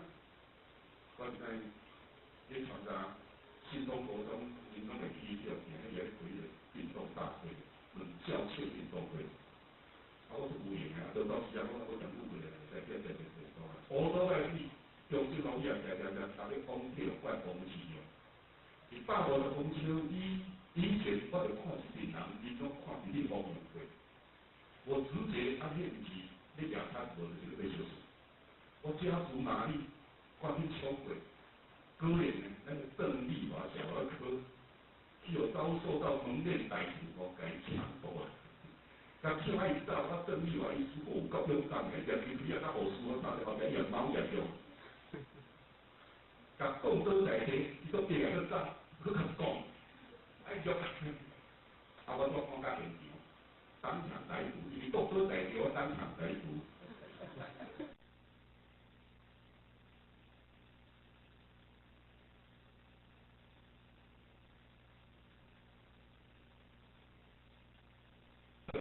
我讲啊，你呢，还是真有时间啊，都这么积极，这么主动积极啊，我来颁奖。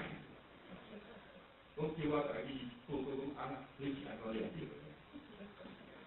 我讲我唔是太了解的，讲了解人拗你知道，做地警察拢是安尼啊。那记者查啊，警察老师啊报道讲拢伊了解的，杭州警府有分分题，都是的，好像哦，这毒子嘛吼，人了解来讲，拗人的介绍就是不对的。但是这个介绍我200多不是开的。那讲中间介绍我200，反正民众他都不需要这个绩效，这个绩效咱两个捞起来，岂不可惜啊？对吧？个拗起来啊，但是200那个吃相又很难看。我们公益也有你的文书的东西，对不对？你讲一下，你也有比说要你下的清清楚楚，是你当场逮捕，但是事实上是民众抓来要给警察的。那边说，我叫他这几个，我直接把他处理过，把他处理哪，讲这些正确的语言。我完全的不是我当场逮捕，我是去完成逮捕的程序，对吧？完成逮捕的程序嘛，哈，一个逮捕把它拆开来看，有民众抓的嘛，民众也有可能好几个人抓嘛，也有民众抓了交给某一个地检，立即再交给我们嘛，这个逮捕2个字拆开来看，很复杂嘛。我是去完成的，因为我是最终去完成的嘛，那么我觉得，完成不重要，不是完成这个游戏很重要啊，那不重要。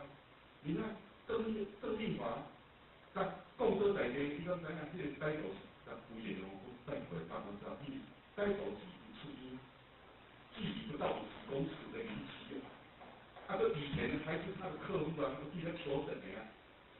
你看那个人先把好啦，你看无钱赔多少钱你话推啊话讲啊嘛，我去放照片，放照片，你就报案嘞，人有诶，你属于卡你总报案嘞，这个案是不是一个险案？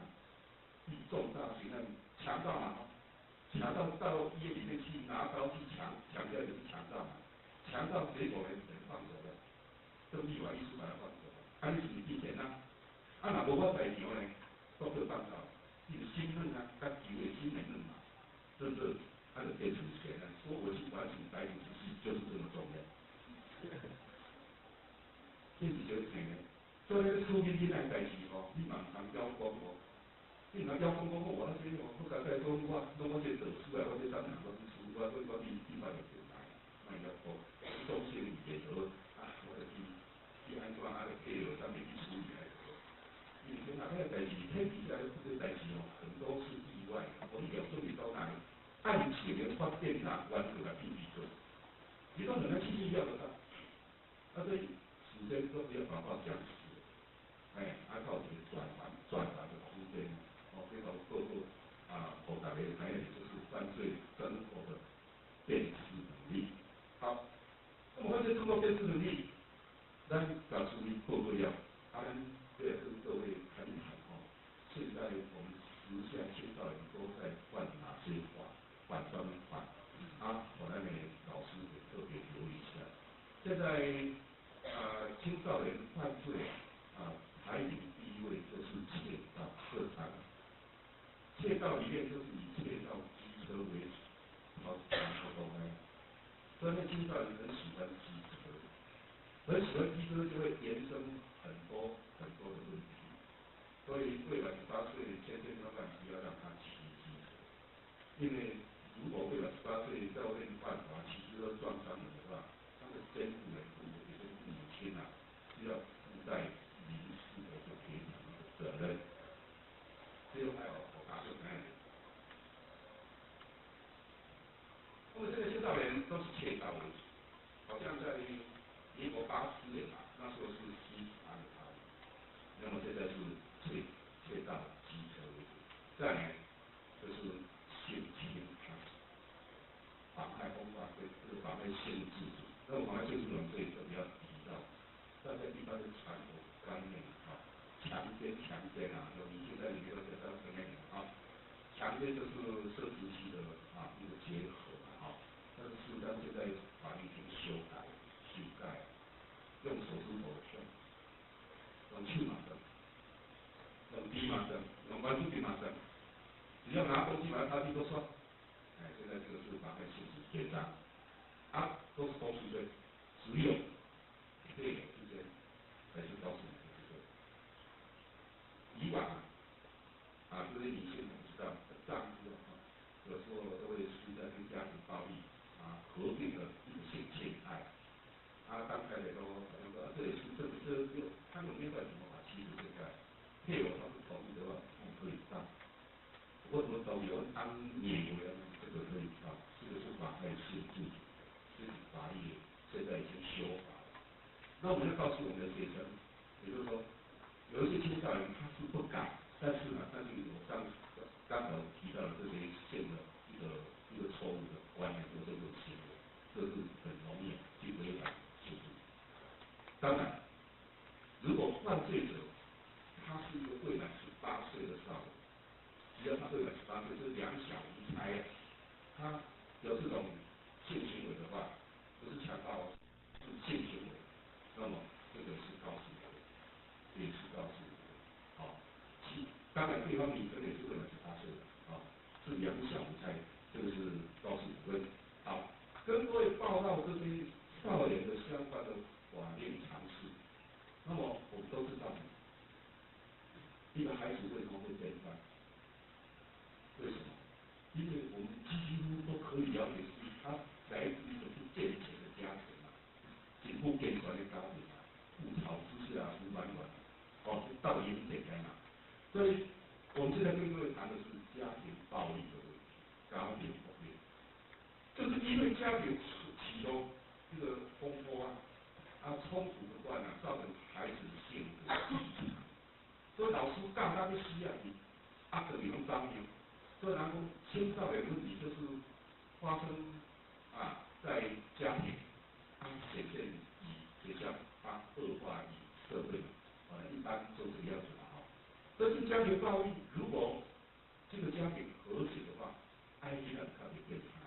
所以我们在这里要特别来跟各位做一个家庭暴力的一个宣导，告诉各位，家庭暴力在民国87年6月24号开始立法实施以来，然后88年6月24号开始有保护令，那么整个家庭暴力防治法的主轴就是放在保护令的升级。从88年6月14号到现在，我们新评级到昨天一共受理的是364件杀大人的事件。啊，我其实讲吼，就是处理者，因为我是新评级的家庭暴力防治官，啊，有做个辅导的这打电话讲，啊，我想要离婚，啊，我安怎答问题，因为咱唔知你安怎处理问题，提议分裂，我看了解，因为在这个条条子做两个爱。5加听起来差不多，他说会谈的 OK。好，这是题外话，我们来谈家庭暴力防治法里面的重点就是保护令的申请，保护令两个事情。一般人的观念是说，保护令就是保护被害者的，对。保护令事实上是在保护加害者，就是讲他一个多活，我结果很压抑的，那安尼，不合理就也跟你之前的，那他们的多活跟你加害者对。积极的是在保护加害者，跟他们他呀，提醒他不要再施暴，因为施暴者不存在，那么被施暴者当然也就不存在。所以保护令是在提醒施暴者平常在动用暴力。好，这个暴力啊，是指肢体的，还有心理坚决的经验。不是讲就一定爱拍的，拍开老会老去在什么方面，不是哦。如果丈夫老是对你冷淡的话，也算是家庭暴力。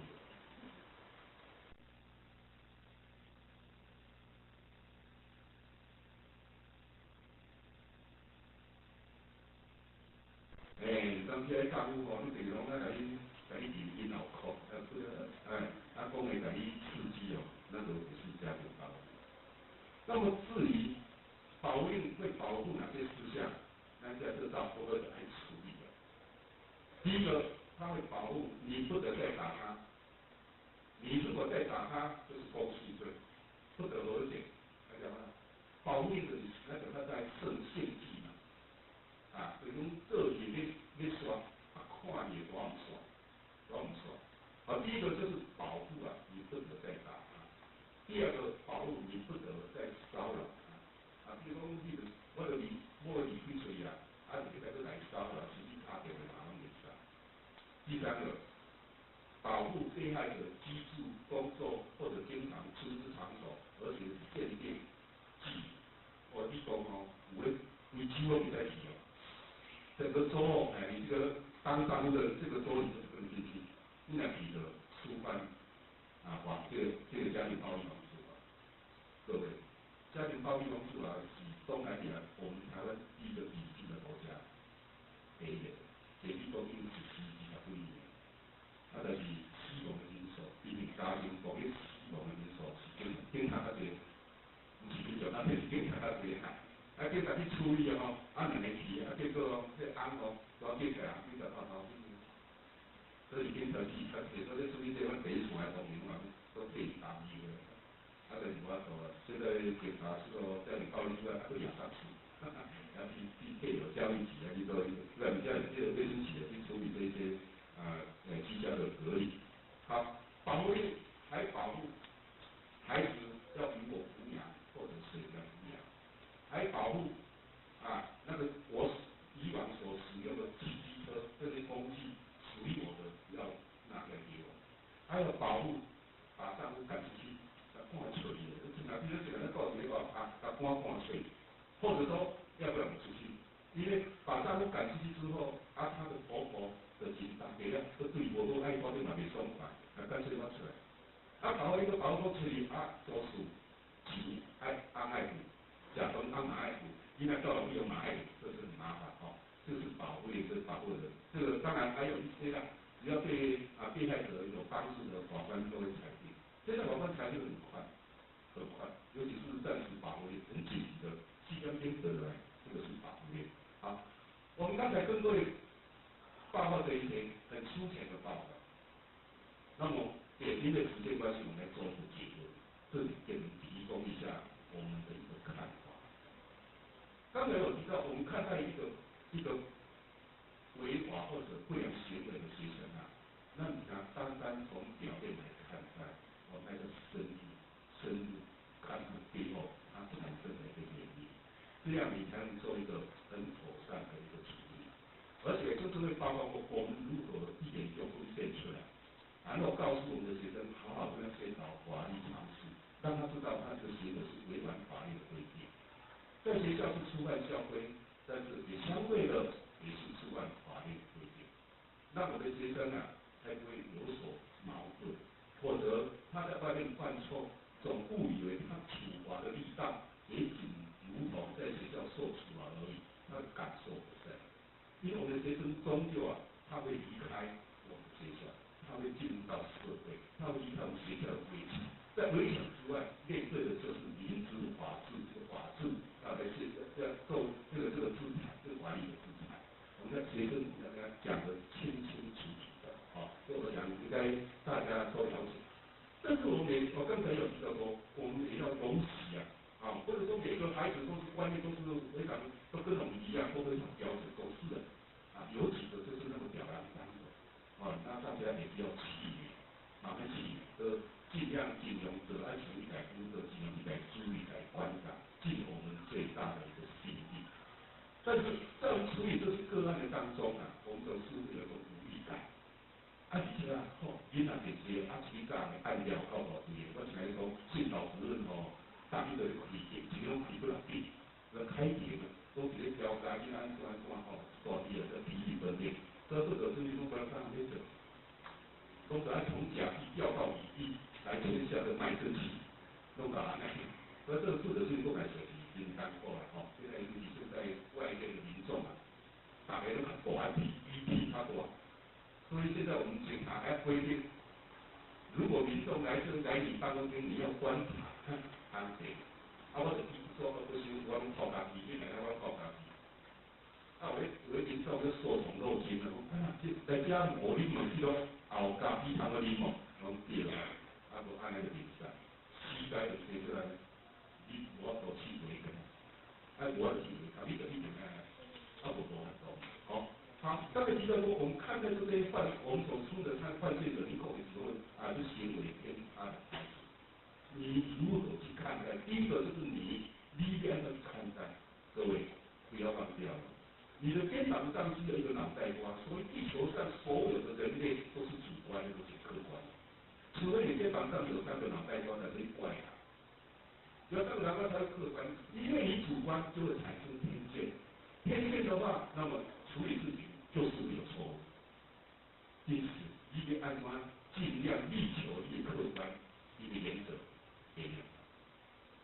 因为有宽恕才有真正的判断。一个你那违法行为偏差，你第一个要思考的是我们要怎样，安尼要不要做处理，安尼让给出场。另外就是要特别留意的是，我们在处理孩子的问题，刚才有提到，只要有2个人以上，你务必要隔离，一个来，否则对孩子不但没有处理好，很容易构成恶度的伤害。一定要隔离。那么我们有宽恕的心来处理孩子这些问题的话，我想孩子会比较乐于接受，而且没有反弹，那么我们今天跟各位报告这些，最主要的就是希望在我们当老师这个期间这一段这种生涯的生涯让迈进出差池。很多事情都是发生在意外，怎么会这个样子？我讲那句话为什么会引起这么大的轩然大波，都是你意想不到。意外就是意料之外，那意料之内你怎么去反应结果往往就是意外。但是要预防意外就很简单，就好像我们在马路上行走，你要预防车祸，那你就靠右边走。行好，该行什么所在，行到该所在，平时该安怎做，就安怎做。按照你自己他选择第一。我昨天我们公关室打电话来电话抽测，这是问一个假冒民众来做工遭受到家庭暴力如何来处理。事实上我们不知道他是电话在抽测，但是我们平常在对于民众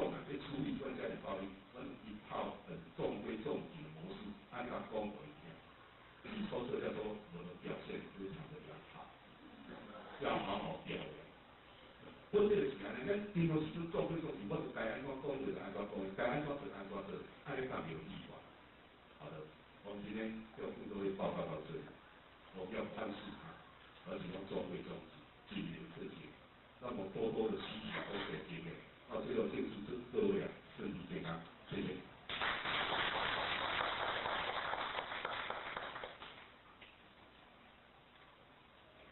谢谢何小队长精辟的演讲，那么教导我们如何保护自己，也达成教育的目的。我们在这边掌声，谢谢何小队长。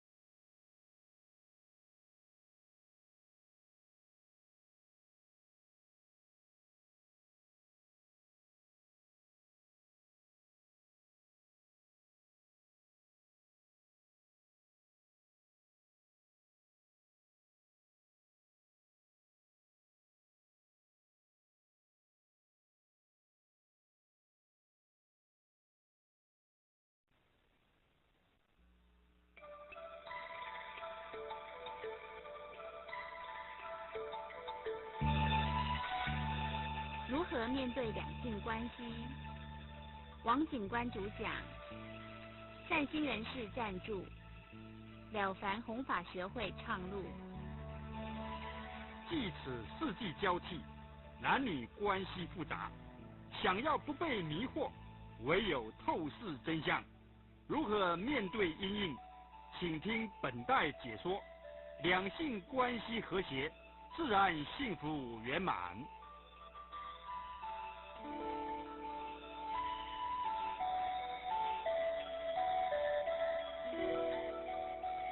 大家好，这个题目如何面对两性关系啊，很难讲哎，不好讲哎，讲了不好啊，会出事哎，因果很重的啊。这两性关系在这个现代来讲的话，是越来越严重，关系越来越恶化，互相在报仇，互相在抱怨，互相在残害，问题很严重啊。因为大家不明了自己的角色扮演，到底应该怎么样扮演，扮演的功能、效果和他的这个将来的结果，这个一定要了解才行，要不然的话，问题相当的严重。你看我刚刚听到孩子这个小学高年级的所谓的这个性教育的这个内容，看得我触目惊心了，不敢再看了。5年级耶，6年级耶。前2天我碰到我们的那个长官，气得要死。他的孩子是很有名的学校，台北市大概一流的小学。生理卫生教师告诉他怎么讲，你知道吗？你们要懂得这个，你们要了解自己的这个器官啊，特别强调这个更要懂啊，预防。他们本这个心态方面是想预防啊，结果很糟糕，因病成药。想要治好这个病，结果讲出来变成更严重。想要预防，结果在渲染，怎么办呢？这个问题，这个值得我们深思的。所以这个题目要我来讲，我也是觉得战战兢兢啊，如临深渊，如履薄冰啊，不敢讲啊，不讲又不行啊，讲出来又不得了啊，你说怎么办？现在的这个教育问题大部分都学西方的这种观念，认为他们就没有问题，我们是落后。这是我们对我们中华文化没有深度的信心，才会有这种后遗症，就搞得他天下大乱，乱七八糟。我们那个长官跟我讲，他的小孩子一直在问这个问题，说老师讲了，到底什么叫做智慧？我们的科长说这是哪一个位啊？是安慰的慰，他昏倒。小孩子5、6年级要问这个问题，5年级怎么办呢？他说我一定要了解。你看小孩子现在变成这样，好奇心嘛，老师讲的是半吊子，在那晃，造成他们那个好奇心态，这样同学的污染，媒体的污染。你看我们住在社区里面也是一样，非常严重。因为现在很密集嘛，工业社会嘛，不像以前农业社会住得很分散。我看那个3、4年级、2年级、5、6年级的小孩在我们社区玩打球嘛开始突然讲话了，我们都听得到嘛，因为很近嘛，就10公尺、20公尺的声音就传到楼上来了。我昨天看电视啊，看到几点钟？看到3点钟看什么？就讲出来了，还想什么那个大人所谓的大人那个避孕的东西，他都讲出来。我听了说阿弥陀佛，这怎么得了啊？我们是40几岁的人了，有的50岁的人大概有30岁以上的人了。想当初20年前，解严没有解放之前，没有开放之前我们可能这方面的这个资讯很薄弱。结果这个解严一解掉了，这妖魔鬼怪全部出笼，到处群魔乱舞，加上这个电脑更严重，对科技文明对人心的荼毒。真的是无以复加，莫此为甚。我们要如何避免对污染如何在这种乱象之中求得一个保身之道、保命之道今天好好的讲一讲。要不然的话，真的是我们都是受害者，媒体资讯的受害者。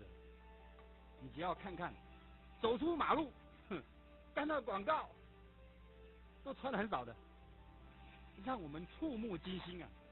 所以我们电视广告也是一样，这个不像话了。以前3台的时候，电视广告哪有这样子的？现在真的家长要陪8点档要看电视都很困扰。那个演员啊，演的那个声音啊、仪态啊、穿着啊，讲那个话言辞中都带着这个诱惑、勾引。你叫小孩子的观念，他怎么会正确？先入为主啊，进入这个脑海之中啊，将来就发诸于行为，行为一定偏差。现在行为偏差很严重，现在学生的行为严重偏差，加上互相的传染、媒介、诱惑，怎么挡得住这种洪流啊？所以做家长的非常的忧心呢，但是无可奈何啊，怎么办呢？所以我对我的小孩子讲得很清楚，虽然他们很小，我照样跟你讲，可是我讲的方法和老师不一样。培养你的正念，不要有邪念。你小孩子你要把他免疫系统给他巩固起来，他就是碰到了，他有抵抗的能力。如果你不从这方面固本务本的话，这小孩子保证是受害者。他再聪明，更容易上当。聪明反被聪明误嘛。他没有智慧，他挡不住这种洪流。所以各位做天下为人父母的人，我们都是人家的父母，可以这样讲。没有结婚的，现在的问题也很严重，几乎都是先上车后补票，先怀孕，生不下来就先堕胎。将来这个堕胎的问题也很严重。我前2天碰到一个女众啊，她告诉我，她在公馆这方面碰到很多人啊，男生女生一大堆，公馆那一带就是台北市很热闹的一个地方，夜市，都是男女互相牵着手的，甚至勾肩搭背的啊，跟他帮人家他卖些东西很比较时髦的，他就问他问题，他说他拿些这个我们的了凡的书去送啊，就问起来了，这个就吐苦水了，怎么办呢？堕胎的太多，他跟我讲怎么办？他说我们这本书啊写的堕胎的问题，大家看了会皮皮唰。真的，我再跟你们报告一下，真的是这个问题啊，你不讲也不行啊，乱讲更不行啊。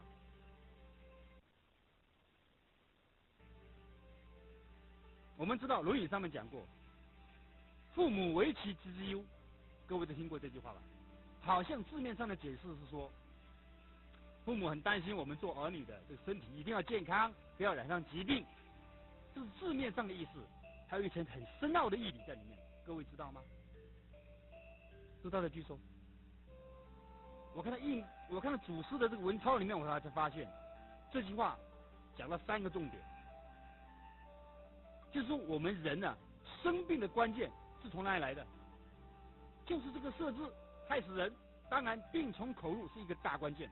第2个就是这个色字，它会让我们的百病丛生，免疫力系统降低，容易染上疾病，甚至减少寿命。所以我们中国人古代很重视这个百善孝为先，万恶淫为首。现在人法律观念和一般的伦常道德，他不讲这个，一般老师也不认为是万恶淫为首。那怎么解释？不知道怎么解释，怎么教都不会教。法律规定，这个两性关系若是犯了这个所谓的不正当的关系，是告诉乃论，包括强暴罪，那时候也是告诉来，现在修法要改，这问题很严重哦，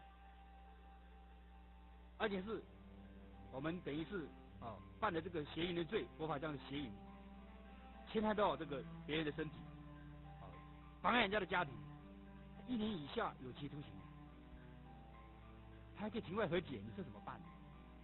没有吓阻力量啊！你们看我们古代，民国民国20几年、10几年哦，那个县长还可以有司法行政权哦，还可以审判的时候，那时候的民法还没有修改哦，那是处罚的非常严重，跟以前一样。你只要看古代的这个判案的就知道了，有讲到这个事情，只要是男女发生不正常的关系，乡长、里长、保长啊，这个组长就可以处分的，用火烧死这对这个男女，要不然用放牛板的淹死掉，没人敢救啊，救不了啊，谁也救不了谁，就这样解决掉了。所以那时候会害怕，谁也不敢犯这种大逆不道的罪行，自然就会容易懂得戒慎恐惧，不敢肆无忌惮。现在就不一样了，观念开放之后不得了了，大家习以为常，平时谈话说笑、谈笑风生都会谈到这个。你看现在那个主持人节目的秀里面访问这个歌星、影视歌星，都在讲黄色笑话，都在言语啊，表示自己很有机智啊，很有这个风流啊，很棒。大家都习以为常啊，不以为怪，这都是荼毒人心的媒介，这是口业啊，所谓佛法讲的绮语啊，对不对？妄语里面有分绮语啊，令人家想入非非啊。你说我们怎么办？电视能看吗？所以我常常劝人家，电视是魔鬼，最好不要看。若是看了它好容易派啊，大家都不相信啊。他演的这个讲经说法的节目不多啊，都是商业色彩啊，广告哈，就算讲经说法啊，广告来一段清凉的，哇，又昏倒了。刚刚培养的亲近心，下次又被染污了，你说怎么办呢？如果我们再不遵守这个圣贤的教诲，不听圣贤的教化，我们真是受害而不自知啊！命短了，生病了都不知道为什么生病，为什么短命，你说怎么办？所以《太上感应篇》有一句话，叫“见他色美，起心思之”。你感应篇有1000多字，他讲到男女关系是讲这一句哦，重点的是重点了。当然还有吮指堕胎啊。心多隐僻啊，淫欲过度啊，这些不多，最主要是见他色美，起心思之这句话，它的甚深含义啊，这个见色起心啊，是一人啊一生受病的关键所在。你看这个见的眼睛啊，这个乱七八糟。为什么严的师父讲，第一个是非礼勿视啊，不能看的不要看呐，一看了就开始起心动念了。马上就被记过，还不能申诉，真的是这样。因为大家不了解，这一定要了解自己哦。对哦，佛法是觉悟之学，让我们了解自己，还了解我们的生存的环境，要不然这个题目要讲，大家不会怕。你不先认识自己，身体发肤受之父母，不敢毁伤，孝之始也。你不了解这种大道理，你认为这是唱高调，糟糕了，那不要再讲了。如果你真正的了解，你就知道曾子是孔子的这个贤人嘛哈，那时候里面是个很高明的一个贤人，可以说圣人了。他就讲到啊，孟子也讲到这个问题啊，守身啊，我们中国讲守身如玉啊。如果我们对这个身体不好好的保护，等于是轻视父母给我们的遗体，见视他，那个罪就很重了。曾子到临终的时候还讲这种话呢，起于足啊，起于手啊，就打开我的手啊，打开我的脚，看看有没有问题啊，是父母给我生下来的这个遗体，这个身体啊，我有没有保护的好啊？如临深渊，如履薄冰啊，尔今而后无之免服啊。到了最后关头，曾子还很重视他的身体有没有父母给他的这个遗体有没有破坏掉，这么的谨慎戒惧。如果我们凡夫俗子不懂这个道理，那永远是凡夫俗子，不能够转凡成圣。第一个，我们就是轻视父母给我们的身体，我们就利用这个身体去造罪孽，去享乐，纵欲为乐，放纵我们自己的欲望，追求不正当的感官享受。那就产生了所谓的乐极生悲这句话出来。所以色这件事情啊，是我们这个凡夫俗子最容易犯的罪业，它比起贪财杀生等的恶业，还要100倍以上难以控制。所以他的败德、败坏道德、取得灾祸，要比其他的恶业还要100倍的严酷惨烈，这是事实。所以叫做万恶之首。因为这个贪财杀生这个恶业啊，很明显，容易看得出来，容易知道，这个不可以做，比较明显，而且道理也不会那么深，是可以用语言文字说得尽的，讲得完的。然而这个淫的罪孽啊，非常的隐秘，而且道理又很深邃，是我们用语言很难诉说尽的。所以太上啊，才用灭除意念啊，这个文字啊，从最初的一念来唤醒茫茫众生的痴迷。所以太上说，见他色美，起心思之。为什么呢？因为人啊，对于美色，当眼睛啊接触那一刹那，心若是一动，则会想念啊、思梦啊、贪求啊，这种种的念头就会缠来缠去，固结在心里面，解不开。若是心中萌生了这种的念头，不用等待身体去犯啊，不用等到行为去做啊，就已经是违背了天理而堕入的人欲了。这时候就被阴间啊列下了无穷的罪业。所以太上是无量的慈悲，他不用繁琐的言语，只用一句话来点醒，来提示我们，在我们建设起心的时候啊，不可以不从我们的心源处来及早的禁止断绝这种隐微又深邃不为人知的恶业。所以我们应当要在才起念头的时候，立刻就要奋勇的把它一刀斩断，不可以这时候有丝毫的犹豫，也不可以拥有丝毫的情念，因为天堂地狱就在这一念之间立刻分判。若是这个时候稍微有点认识不清，看得不破，不能够斩钉截铁的立定脚跟，则在瞬息之间就会牵引滋长，蔓延开来，不知不觉就飘入了罗刹鬼国之中了。这实在是太危险。所以太上说这句话的用意是，实在是博大精深，而且用心良苦，但是凡夫俗子很难体会里面的意旨，这是很不幸的，大家不以为然，尤其是现代人更难调教，中毒太深，很难回头，不给你讲清楚说明白，那真是没有救。因为大家不相信有鬼神的观念，不相信有因果报应的观念，那就跟着感觉走，只要我喜欢，什么都可以，肆无忌惮，大开肆无忌惮之门，那怎么得了？这天下大乱了。所以现在我们台湾的离婚率啊，是亚洲第1位，这不得了的事情，破坏我们的家庭的基础，影响我们社会的治安，造成犯罪飙涨，跟色情泛滥有绝对密不可分的关系。所以大家若是了解其中的因缘，就懂得这个事情非常的重要，不能够轻视，否则各位也是这个受害者。你看现在女孩子坐计程车都会怕，你说是不是？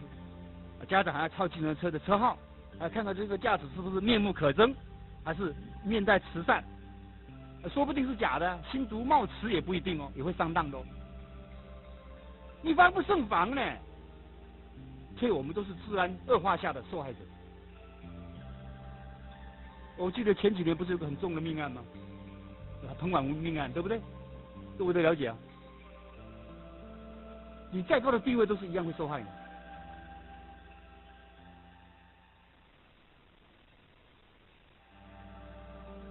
所以大家一定要深信因果，要懂得这个鬼神祭淫的道理。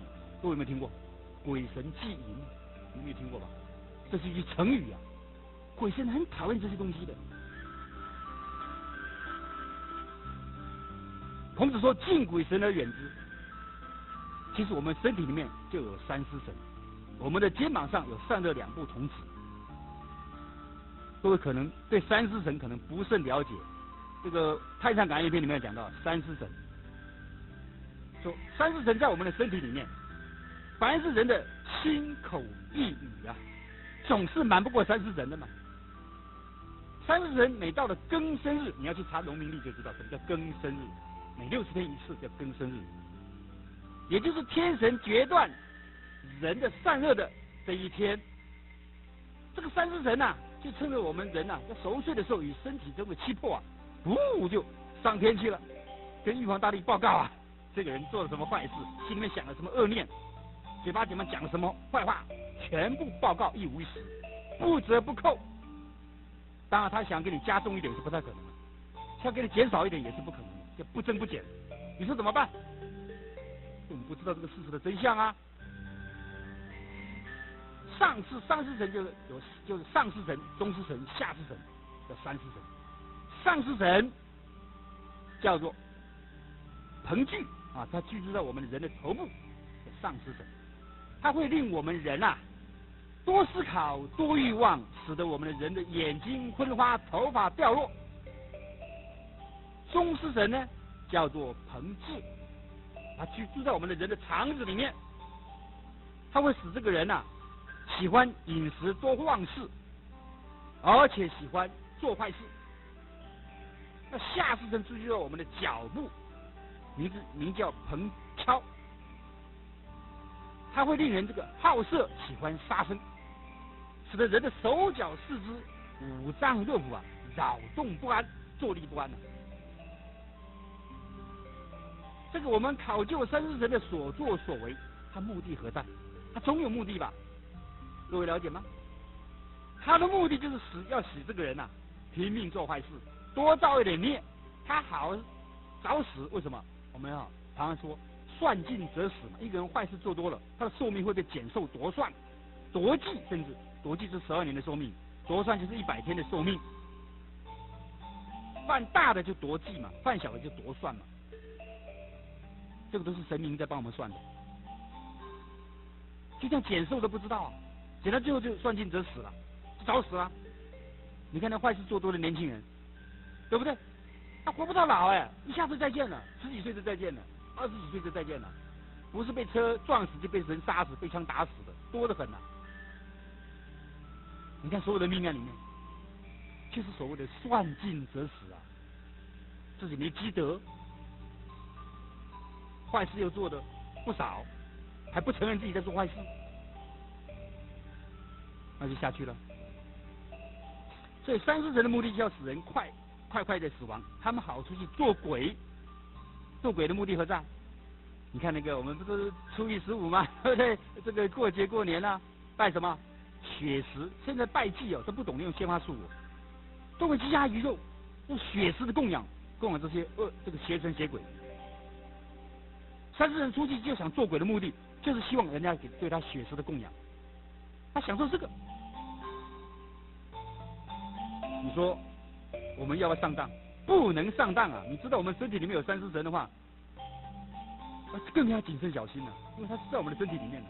你想什么念头，动个邪念，他都知道。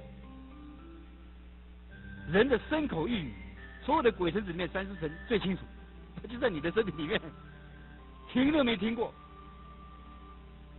不说不知道，说了吓一跳，你说麻不麻烦？还有《华严经》讲到，我们肩膀上有善恶两部童子，就是所谓的天人啊。天人常见人，人不见天人，24小时在我们的肩膀上面收证录影。我们看到警察的搜证录影，哦，就不敢做坏事了，对不对？你看那个群众活动里面，这个要丢手袋，看到警察收下来了，录影机架起来就收下来，不敢那么肆无忌惮了，害怕被搜证录影了。但是警察的这个设备啊是有限的，还有把光线暗的，没有闪光灯，没有探照灯，就很难搜证很清楚，就模模糊糊的。但是这两部天神啊，三元两部童子啊，清清楚楚、明明白白，包括你做什么梦，他给你记起来。说人啊，只能够自欺啊，不能够欺人的。所以了解自己啊，不是那么容易的事情。你要对天地鬼神要产生一种敬畏之心的话，自然我们的行为就会收敛，就会有自我约束的力量。否则你光会法律规定，你看法律规定的那么松散，那么轻微，怎么有吓阻力量？没有了，笑贫不笑娼就是这样子的。你看现在最有名的人，社会地位、功成名就的人，过不了这一关呐，最后还是身败名裂呀。虽然他的速度没那么快呀，但是已经够他呛的，够他难堪的了。他本来的福报很大很大，因为这样子而损得很严重很严重。但是他的果报在哪里呢？根据经典讲，果报都在三恶道。目前只是花报，让他的名誉受损，让他的家庭不和，让他的这个官位啊掉下来，这是花报啊，还不是很严重啊，果报是可怕了。等等我会跟你们细说果报的问题。所以各位要了解，原来我们男女关系这么的复杂，就是因为大家对这个道理明白的不够深入。刚刚我只讲了一点点而已，慢慢再给你们娓娓道来。光是医学的观点来看这个问题，医学的观点就好了。我们中医讲的比较清楚，西医可能不承认，但西医也知道过度也不好。人的身体不是金银铜铁打造的，它是血气所形成的啊。这个我们中国人啊，有个医生很有名，叫孙思邈，各位听过没有？唐朝的孙思邈，他讲到人的气血啊，流行啊是有节气，跟着节气是相应的，要不然的话会非常严重的影响了生理健康。为什么呢？如果我们在社会上如果不加以节制的话啊，开始的时候不觉得有害哦，但是久而久之，日积月累的损伤的结果，必然会使得精髓亏损、气血败坏，最后导致死亡。这是中医我们孙思邈孙真人的讲法。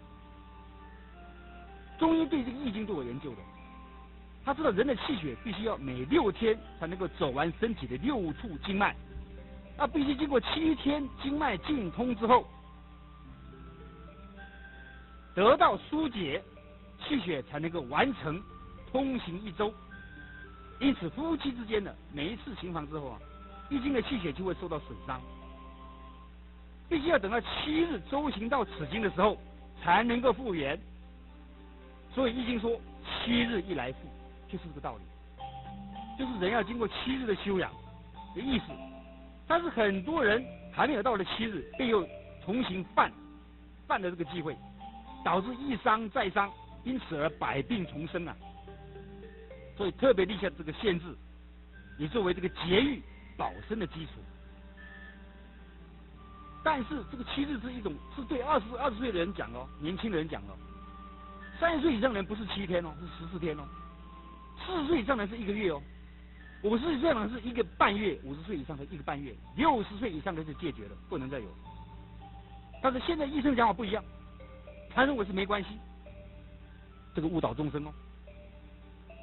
如果你懂得这个洁身保育的话，你根本不会上医院的，你精神一定是矍铄，气色一定是光滑，脸色一定非常的红润好看。所以当时有个做官的，古代有个贾似道是个奸臣，南宋的一个奸臣啊，贾似道，他里面有个童谣，90几岁声如洪钟，健步如飞。他也想健康长寿啊，但是他们3妻4妾嘛，古代精神都不太好，身体都很虚弱，40、50岁就出现衰相、老相出来了。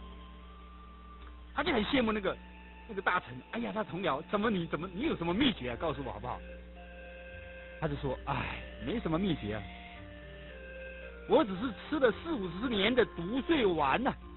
什么叫独睡丸？各位了解吧？自己一个人睡觉，自己一个人睡觉，各位就懂啊。是解决了这个方面的因缘了嘛？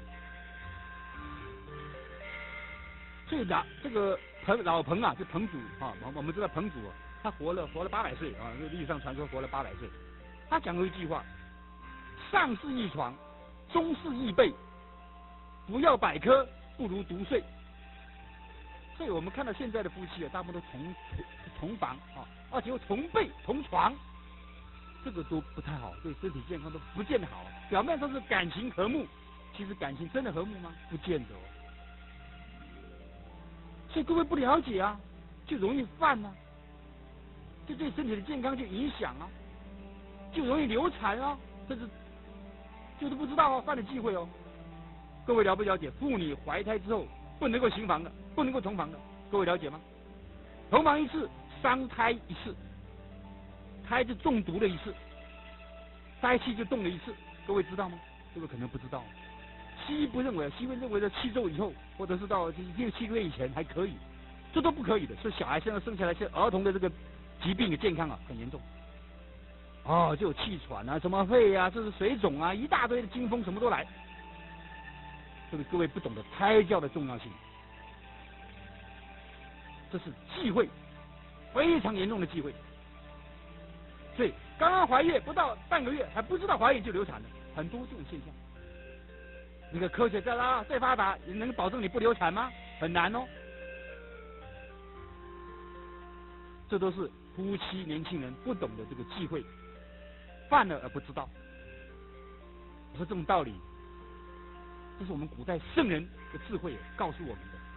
但是我们现在的中国人，说实在的，没有民族自信心，不了解我们中国祖先的智慧，认为西方的智慧最高。其实西方是聪明，是他们科技发达，他们医学也发达，没有错。但是真正要死的病，他医不了。癌症就是一个例子，对不对？真正要命的是药医不死病，佛度有缘人，各位都听过。真正到阎罗王那里报道的，医生没有办法。你看那个医院里面，医生、护士常常看到鬼哦，在大医院里面都是鬼。只要是晚上，他们常常巡班临房，这个检查病房病人，只要看到医院这个病房的门口，这个病人的住的病房门口出现了黑无常、白无常，所谓的黑脸白脸的，医生护士看到了，他们心里有数了，不出3天，这个病人就死掉，怎么救也救不回来。这药医不死病，生死有命，确实如此啊！如何才能够健康长寿？哪那么简单呢？所以各位现在你看，现在人长寿不健康，老人痴呆症、中风，对不对？就是这个很明显的例子嘛。躺在床上享福报，跟平时年轻的时候没有节制色欲有很大的关系啊。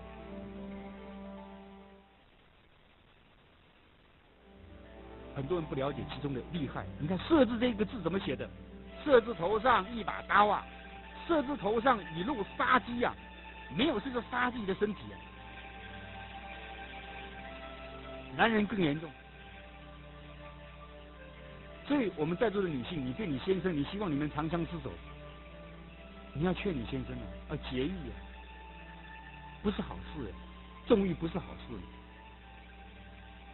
你要有智慧啊，所以妻贤夫祸少，就是这样子啊。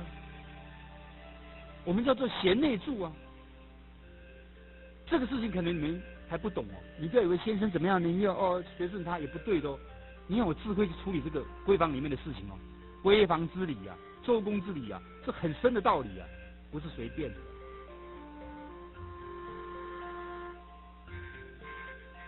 所以夫妻里面还有很多境界，各位有没有听过？我刚才讲过鬼神祭淫哦，你没有看过农民历？这是什么神明的诞辰？这是什么菩萨的诞辰？一大堆哦。你只要看寿康宝鉴就知道了，一个月就5-6天没有冲突，你看20几天都有问题。你们有没有想过这个问题？我看从来没有想过。没有想过就会出状况。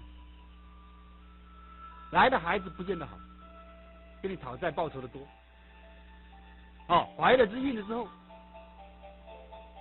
各方面的因缘都会产生业障、欠钱，会产生生事业或者是这个命运的挫折，都有功名的折损、福报的减损、财产的损失，跟这个都有关系哦。它是遭到水灾、火灾都有问题哦。你看《寿康宝鉴》上写的很清楚，我们因此而编了一本叫《如何面对两性关系》这种小册子，就是把这个感应篇和《寿康宝鉴》汇整，变成个小册子，大家看得比较清楚、明白、简单扼要，拿回去参考。书上带的不多给你们参考一下。真的是这样子哦，有的很严重哦，甚至是夺记，轻的就是生病，要不然减算，减少寿命，跟这个夫妻之间不懂得这个道理的有关系哦。还有生子不备，多有凶灾，你生下的孩子，说实在的，五官不全啊，所谓残障啊，跟父母不懂得这个道理都有关系的哦。你说怎么办？所以我们现在只知道结果很可怕，但是却不知道造的因呢更可怕。所以菩萨为因，凡夫为果。那有的人说，这个生下残障人怎么办呢？就问师父，你看净空老法师怎么答复的？他说，有的这个信徒就说，这个超度婴灵，所谓堕胎，有没有效果啊？然后问这个老法师，老法师说没效。你以为超度就没事了吗？那个同事那个也有就说，那万一这个小孩子生下来是个残障，那不是很痛苦吗？不如就叫他不生嘛。法师就说了，我们要晓得啊，生一个小孩子残障那是来讨债的，你欠他的债还不让他来讨，还要杀他一条命。换句话说，你过去欠他的债，现在再加上命债，以后就更不得了了。现在科学家只看到眼前的这一段，不知道后世的因果。要知道因果通三世，这决定是大罪。那莲友说，没有，这小孩子还没有成型，只怀了1-2个星期嘛。法师是说不行，神是一投胎他就来了，成不成型没有关系，他一投胎他就找上你，他跟你过去是有瓜葛，所谓报恩报怨讨债还债。如果他是来报恩的，你把他杀害，这就是恩将仇报，以后就变成仇人喽。明明他是孝子贤孙来报恩的，你杀害了他，他就变成仇人了，变成冤家了，这还得了啊？这不得了啊！就不要以为做了一点功德，花了几个钱，安个牌位就能够超度，没有这种事，那是骗自己，安慰自己，决定不是事实。这是老法师讲的，这个各位要了解，非常的严重啊！大家喜欢拜文昌帝君，你看考记到了，文昌帝君怎么讲呢？文昌帝君在民间很流行啊，日本都知道，这儿女不孝父母自然会有天律来责罚诸路。儿女无罪，而父母却把儿女给杀了，这就是等于杀了天下的人民。而且父母欲杀儿女，为什么不自己节制自己的欲望呢？所以做人家的父母竟然敢杀人而不顾天理，今世像这种人实在是很多很多了。所以文昌帝君说，他看在丰都鬼城中受罪的人有很多都是犯了这个罪的哦。因此期盼世人要积极的反省觉悟，不要使自己加速的遭到天谴。这是文昌帝君对我们的教诲。我们一天到晚这个求神拜神明求保佑很多这个世间的信仰都这样子嘛，结果反而出事了。不是文昌帝君不灵你没有依教奉行所以不感应。以前还有一个故事，郭印这个人他的女儿叫郭隐凤，有一天就被2个小鬼追出他的魂魄，遍历了18个地狱，他看到最后一个地狱有位冥王啊坐在殿上，大殿下面有数百名妇人哦，依序的在那排列，而且每一个人都有小孩，抱着他们的大腿、两腿啊，抱着他们的脚啊，在哭泣嚎叫，叫什么？还我命来，还我命来！跟着妈妈在喊啊。这些妇人有的是因为女儿生多了，就把女婴给溺死了。以前有这个风俗，很不好的风俗，重男轻女嘛。有的是因为家里面穷，生了孩子养不起就杀掉了。有的是因为妻子妒忌妾，啊，这个妾就是小太太嘛哈，有身孕了，把妾腹中的孩子打掉。大太太有权威啊，就整这个小太太。有的是因为怀了私胎，哦，男女之间呢没有结婚就怀了私胎，就把胎给毒死。有的是因为争执打斗，怀了孕没有胎教还打架，你看怎么办？还斗气不顾命，触动了胎气而使胎儿流产。有的是因为讨厌小孩子啼哭，殴打或丢摔孩子。哦，有的父母真的，有的母亲真的个性比较凶悍，她很讨厌孩子啼哭，甚至就是不小心把孩子弄死了。有的是因为照顾孩子不谨慎，而使孩子死于非命。我们以前邻居就有这种事情，喂奶啊，睡着了就把孩子给噎死了，有这种事情，我们村上就有发生过。所以这是妇人啊，做妈妈的不仔细使小孩子死于非命，都有罪过的。所以冥王都一一的加以诘问审讯，每位妇人的身上都带上了枷锁，而且都是面容憔悴，身体瘦弱，看起来都十分的可怜。这郭隐凤啊，看到这种情形啊，他返回阳间之后，就把他所知所闻告诉他的父亲。郭隐就把这件事情写在天宁寺的墙壁上面，以警惕世人。这个往往会有这种印证的事情啊，借机教化众人。刚刚我也讲到，堕胎的问题一定有医生帮忙，要不然你自己用药。以前都是自己用药，也有用靠医生的下药。以前中医也有这个药，现在西医科技更昌明了，更容易更方便哦。你看哦，医生的个案，所以我们看到刑案里面，警察我发觉哦，警察里面哦，发觉那医生被绑架勒赎哦，大部分都是妇产科医生，你没有发现？有没有发现这个事实？所以世间处处是学问，就看你心专不专了。你只要稍微用一点心，就知道里面的因果在哪里。照理说，妇产科医生功德最大，接生嘛，上天有好生之德。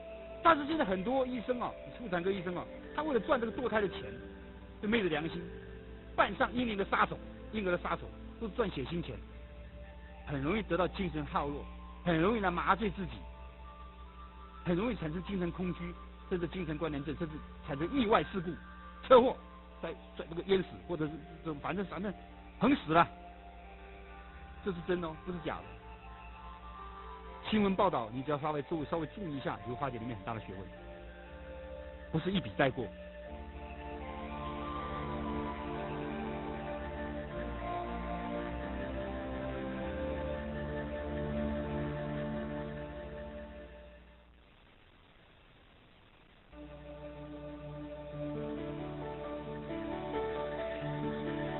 以前有个妇人叫杨阿胜，啊，又贫穷又有病，晚年就更狼狈。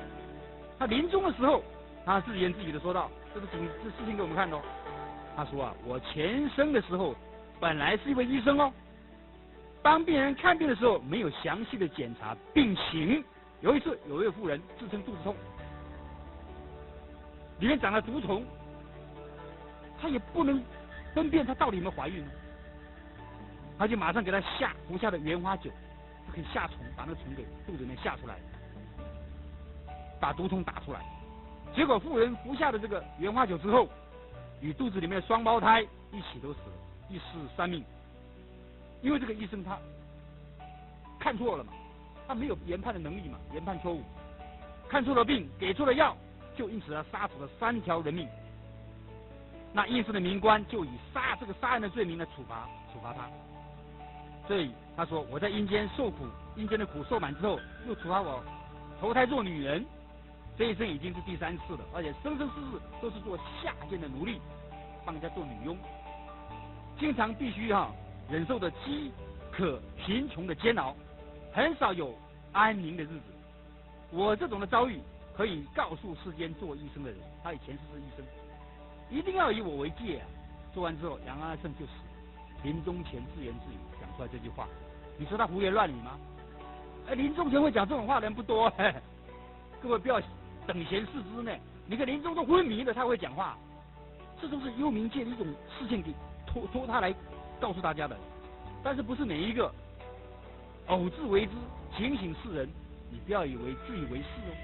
世间没有地狱哦，没有阴间哦，没有刑罚哦，通通都有。所以这个女众啊，说实在的，刚刚讲过，女众确实是比较辛苦一点啊，因为会有这个传宗接代的，有这种啊，结了婚就要传宗接代嘛，会有这种现象出来。生儿育女啊，都是女众，很辛苦的。所以各位要了解自己是女众啊，更要认真修行啊，知苦要离苦啊，要互相的勉励啊。所以说这个影视媒体啊，那种样子致命风流啊，给人家一种坏的印象。说我是男儿当好色，那谁该倒霉啊？谁该受害呢？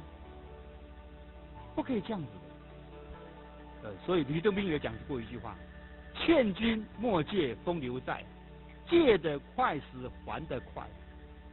家中自有代还人啊，你要赖时他不赖。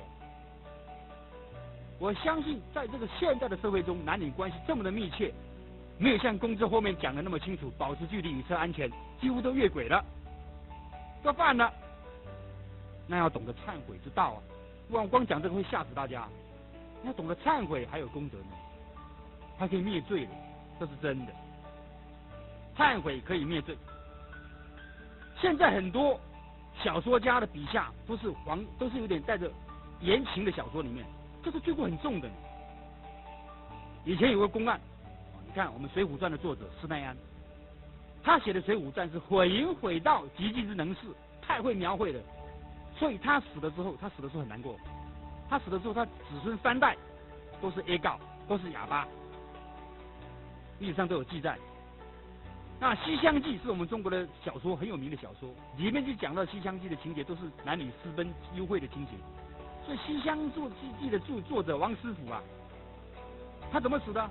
嚼舌而亡，他自己也受不了了。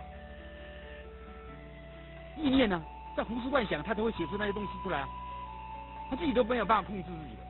就咬舌自尽。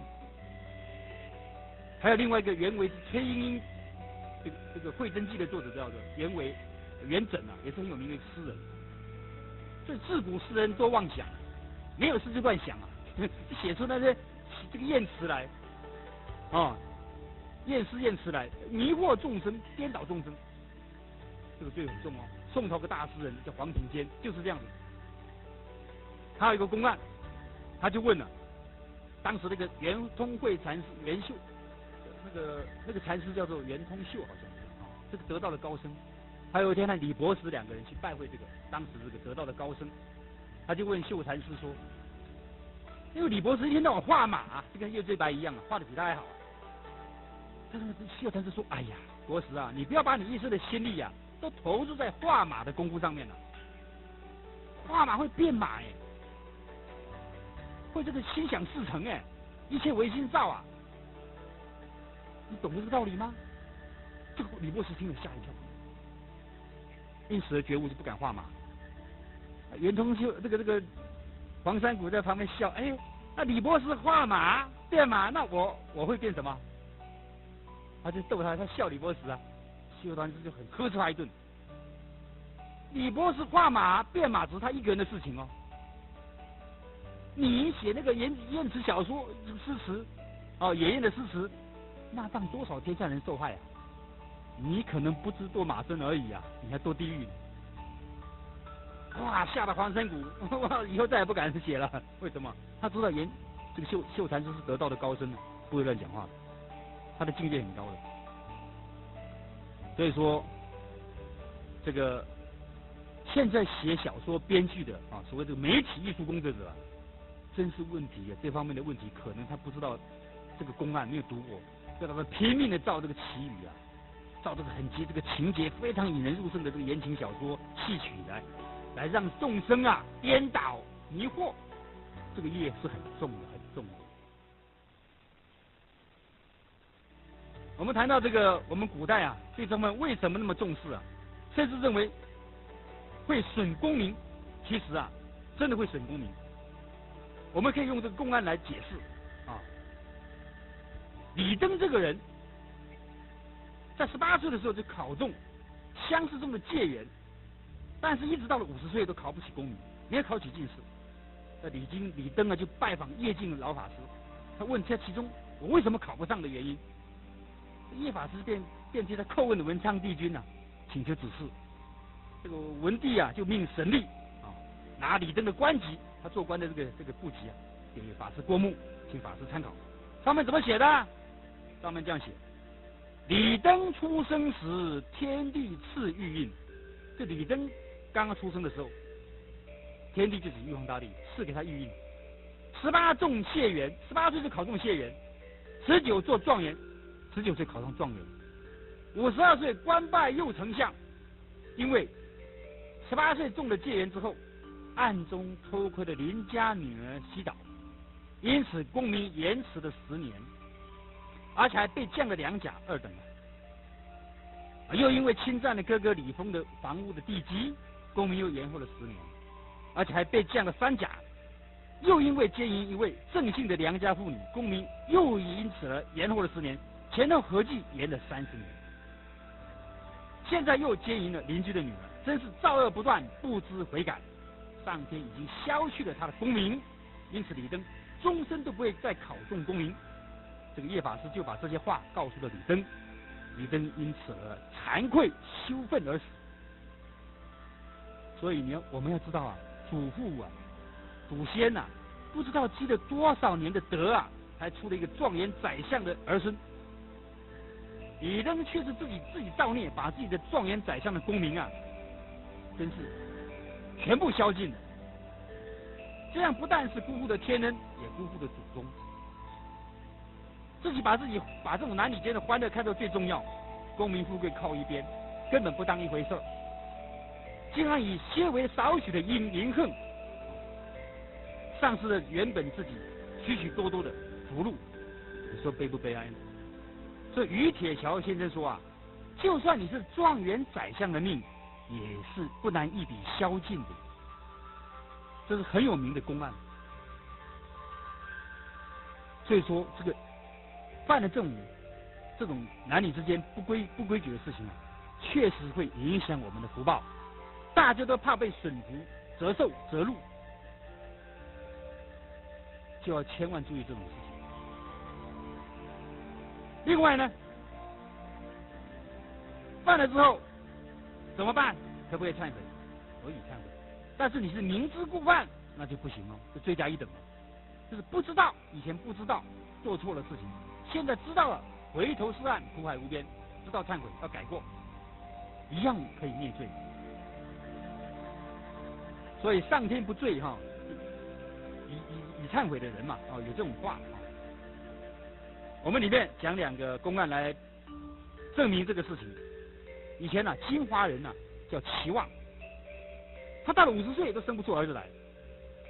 这个相士就看他，哎呦，齐先生啊，你的脸上有恶气，必定是做了亏心事啊。这个齐望听了吓一跳，承认了，我在年轻的时候不懂事啊，结果等于是做了坏事啊，没人知道，就是犯了邪淫呐。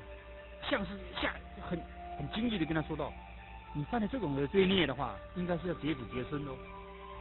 要知道邪淫的罪孽最难通忏悔喽，你必定要积大善大德，才可以挽回天心。结果齐望因此听了相士的这个劝告之后，拼命忏悔改过，拼命做好事，非常乐于布施。到了第3年，齐望他无力行善，不假手他人，自己来干，不肯让人。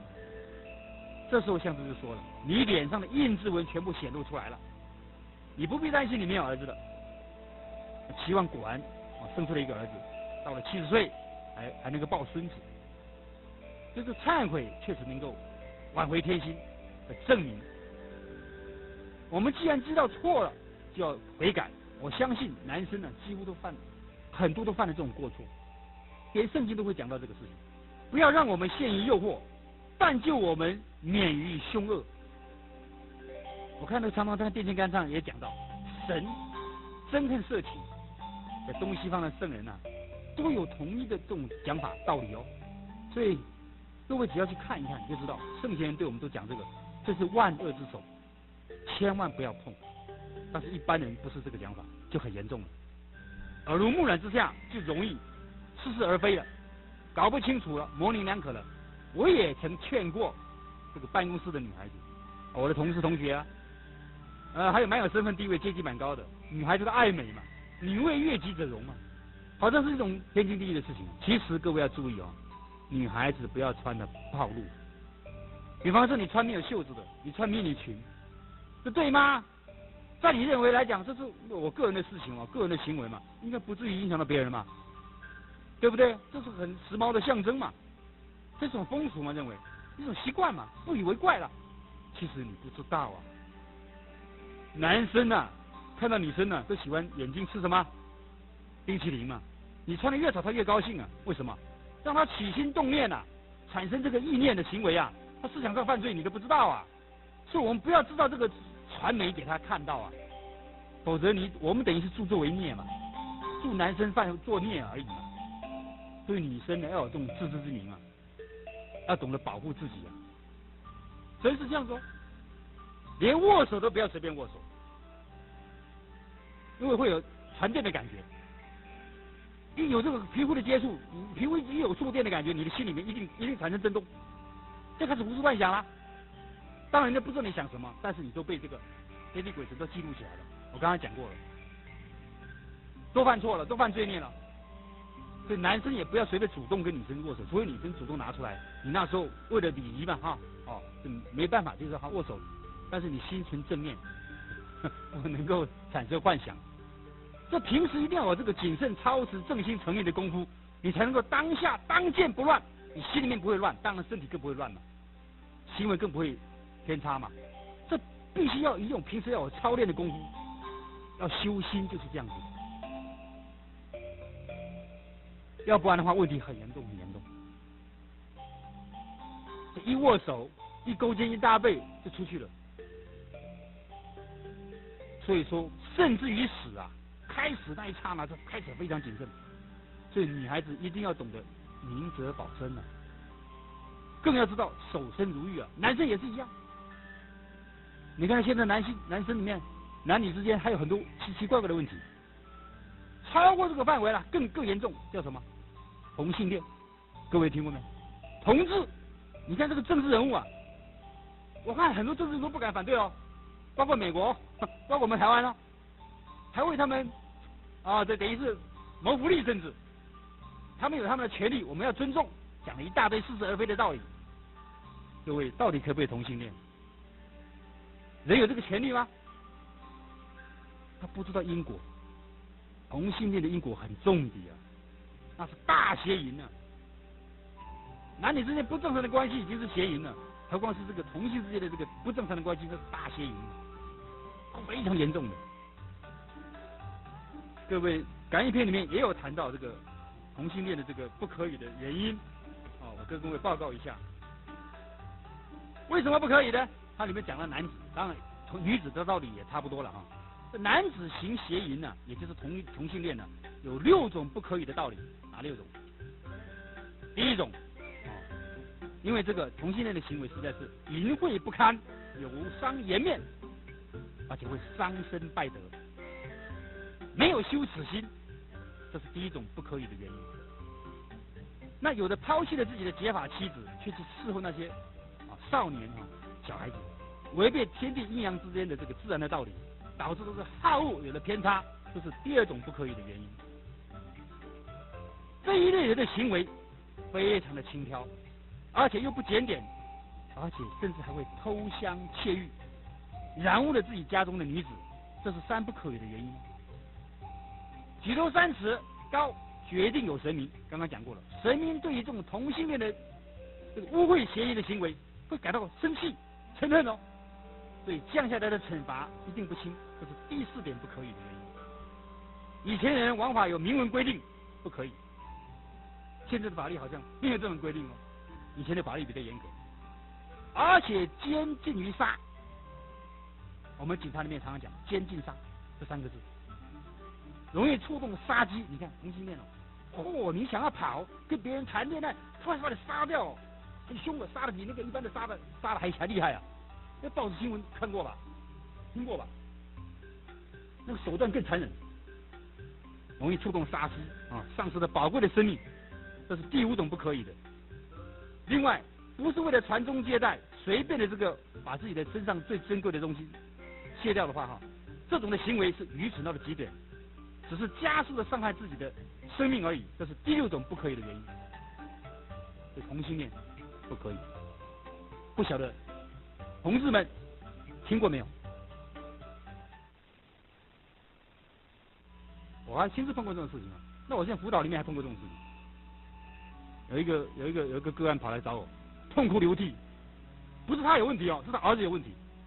为什么？我奋斗了一辈子，哦，房子也有了，车子也有了，孩子也长大了，考上国立大学了，照理说是，这很好的事情嘛，哈，家庭幸福嘛，妻子心里美满嘛，结果儿子出事了。他说他儿子功课都很好，但是他的个性很奇怪，为什么会喜欢男生？而且在学校里面还写文章提倡同性恋，差点让他昏倒。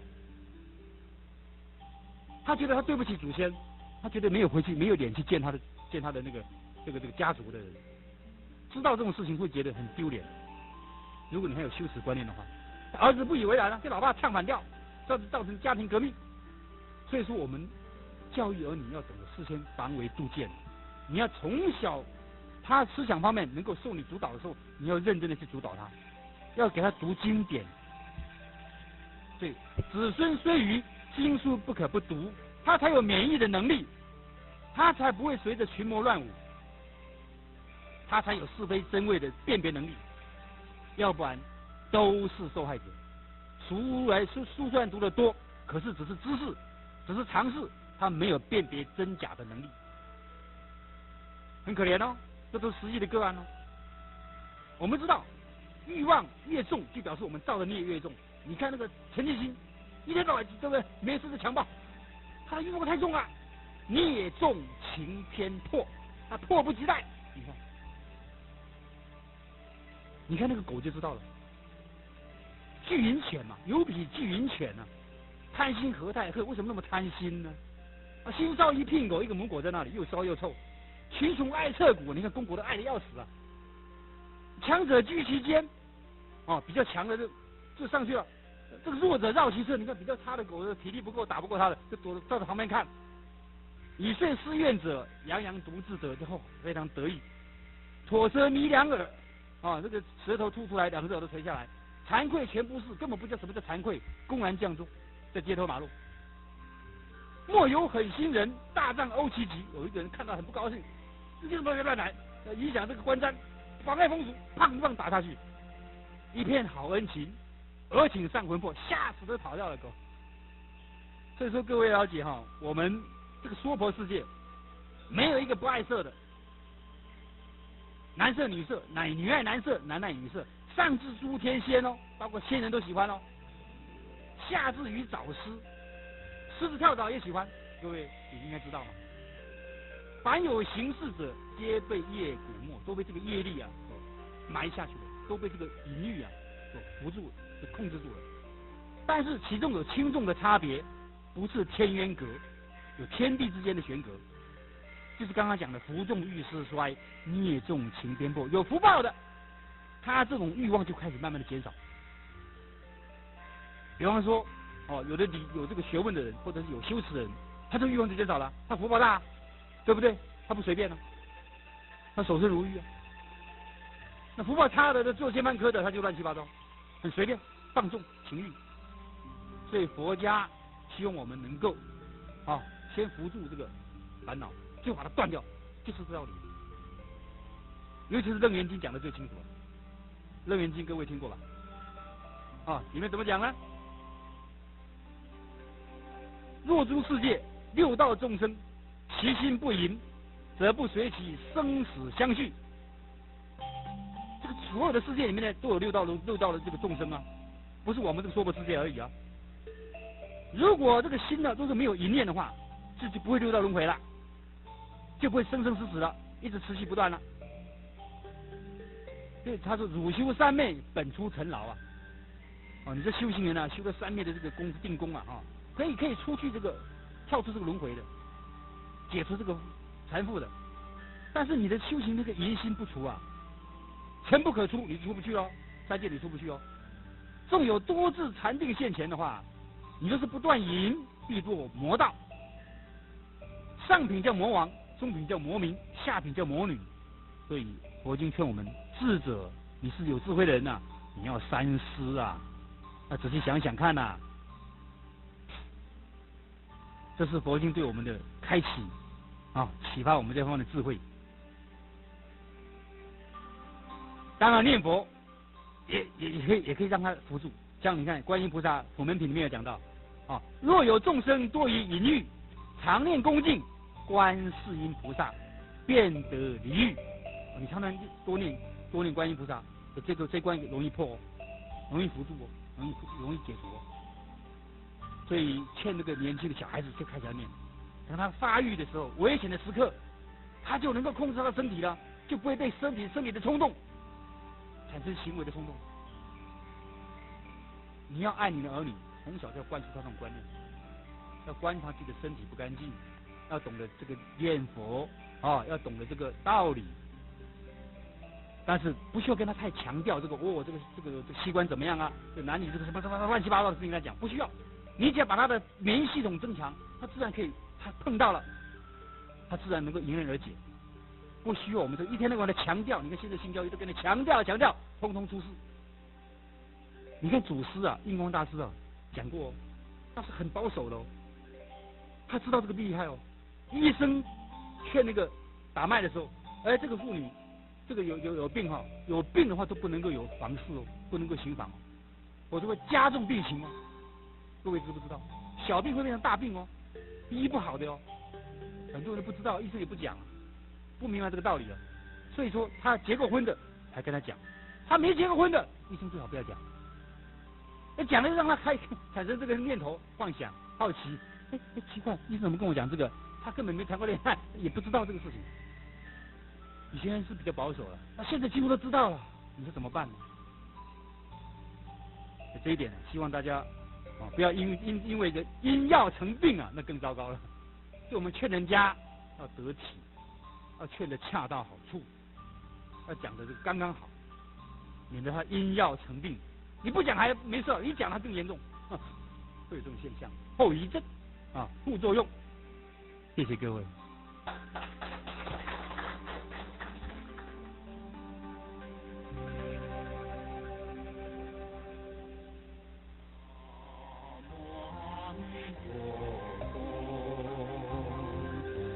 最后提供一个方法给各位听众，这个方法就是用念佛的方法对治我们的这个邪心妄想。怎么念呢？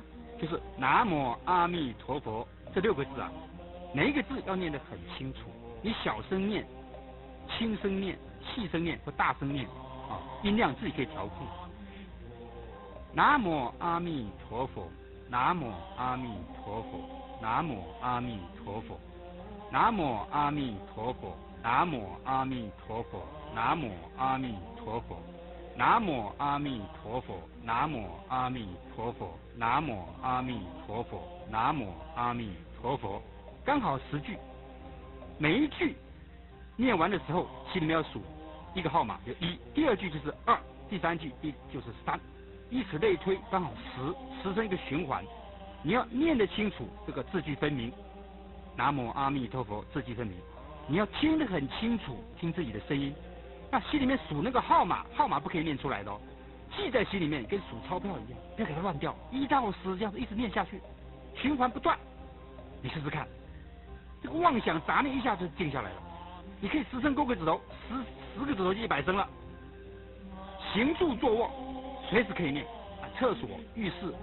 这个睡觉的时候是默念，请你自己的心声，我们心里面有心有那个声相啊，你可以仔细去听。这个佛号啊是不能离开心的，所谓佛不离心呢，这样我们的心呢，自然就会被这个佛号转得清清净净。所谓佛号投于乱心呢，乱心不得不佛，这决定得到大好处。将来等到我们这一期生命报尽的时候，决定往生极乐世界。今天供养各位这个重要的念佛方法，希望大家认真的去做。谢谢各位，阿弥陀佛。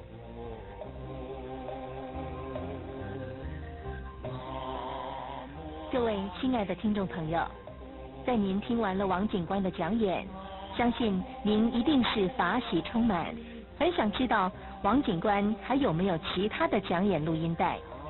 现在特别向您说明，王警官的通俗讲演录音带有《绝了谁是我》、心理辅导经验谈、改造命运救世界、生命能量的释放、自我成长改造命运、关怀青少年心理、话说从头说起、预防青少年犯罪根本解决之道、怎样获得真实福报、从了凡入净土、生命尽头的省思等等，都很受到听众们的欢迎。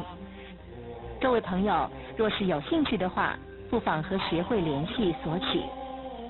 在此祝福您福慧增长，平安吉祥，阿弥陀佛。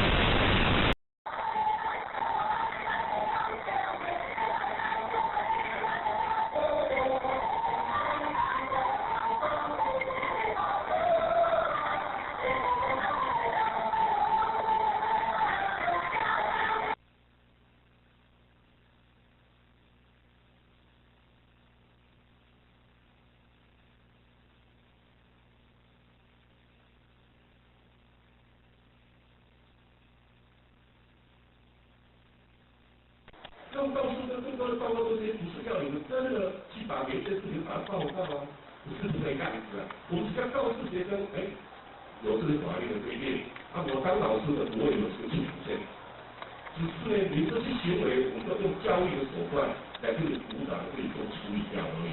其实我们是有这个权利的，也就是说，我们要告诉他，他是对你哈，我们是有权利把你怎么样啊？好的，这是告诉各位，那老师的权限也是对的。好，这是法律的条文啊，是绑的。我们现在告诉的是，重点就是少年事件处理法之外，我们谈一些实务的工作建议，是不会很重要。那么因为我常年也是从事这些少年犯罪处理嘛，所以我经常到学校跟警察处这边来做一个配合。我们经常有看到，有时候我一到警察处的时候，看到一大票学生都趴在地上，就摆一起打背。也有人看到在打手机的时候，你摆了你的时候弹钢琴那叫否认，不对，我觉得这个大是有问题。我们一个观念就只要有2个以上，不管你是要处罚他或者辅导他，只要2个人以上，我们都建议要隔离，一个来。要处罚，这个嘛是一个，慢慢来，规大就要做，慢慢做事情，今年我搞出手就要做，一个来，你都无法都做得来，都就这样。还有另外呢，你在打模甲的时候或者骂模甲的时候，模拟在旁边，他已经在评估了，我等一下要如何应验。等到在处罚模拟的时候，某丁某丙以下那堆，他们都已经在评估了。甚至于，等一下，在第一个在处罚某甲的时候，这个旁边还有那同学，本来他是要好好看的，看到这么多的同学在那里，我不能捞走啊，我要有体贴的，来打就打嘛，所以就会产生很多的问题出来。我们的建议是要一个来，或者呢，效果会很强。另外，学生在做处罚，我们还是建议说要原声大，以等小。因为讲那是要完整的，你完整的话，那么问题就容易产生出来。事实上，今天我们当老师的，当你听你听要学生最好的那老师就都听，他的肩膀上脑袋瓜才10几，我们肩膀上这脑袋瓜好几十年，你管他哪输赢？我们当然是不要给输赢嘛。我们现在最担心的是背后，其实背后那是体内的，不要忘掉哦。你跟他讲什么话，他回去讲，叫几遍，叫他叫的手机就没声。我讲你挽回，他搞掉气不分，到来好你来修书认罪，这个是很麻烦的哦。你看嘛，最近我们国中一个老师报纸登那么大，上面一个小的嘛，应该都是你的同学嘛，那个事情我也是处理的。老师因为从资优班变调到普通班，结果不知道怎么搞的，普通班的学生去打资优班的学生，结果跟全班的家长公开道歉，全班的家长一到场才去骂3、4天，他说自己被老师打，我们这老师这样说难过的，对吧？我跟拿沙拢袂刷，我惊拢真正就拍落去，我就跟他们一个溜，一个打。纵然这老师有瑕疵的纵然但是我们还是秉持的那种骗老师的力量，那么爱评分析。那这个事情应该你在报章媒体都有看到的，应该都有结果这老师在搞快点丢，一起借龄退休他是遭受这么大的侮辱，我怀疑韩文的，已经韩文的，我看到那个被培育了。而且这个本点就是我们要在这里特别提出来讨论，至少大家讨论完毕嘛反正我们有批评道歉如有雷同，纯属巧合嘛。你知道是谁培育吗？你知道吗？现在对我们依据报纸所讲的是，他有一点暗示普通班的学生去打资优班的学生。很显然，这是错误的。但这个事情到目前为止还围绕在教育的体系，里面来处理。但是不要忘掉了，老师不管是从业的处理的，是依法律执行公务之人，在刑法上是广义的公务人员。也就是说，像这种如果有杀害的行为，老师是公诉罪，交收公诉罪，我们就好，是公诉罪，公诉罪是提起公诉的，查证实情都会判刑，判刑依照公诉罪的，都只会造成惩处的，免主管要连带责任的，这别人分歧了，是不是这样子？老师是公务人员没有错嘛，依法在执行公务之人。行情给这些在从事农企业从事公务之人。好的，我们就是探讨这个问题。我们的探讨是老师要跟大家注意这个案件，我在这里讨论一下。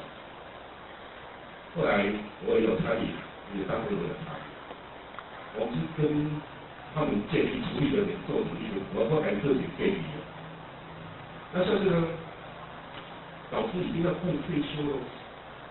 发生这个代志，马上大家手机来关注何不去老师去看一下医生啊？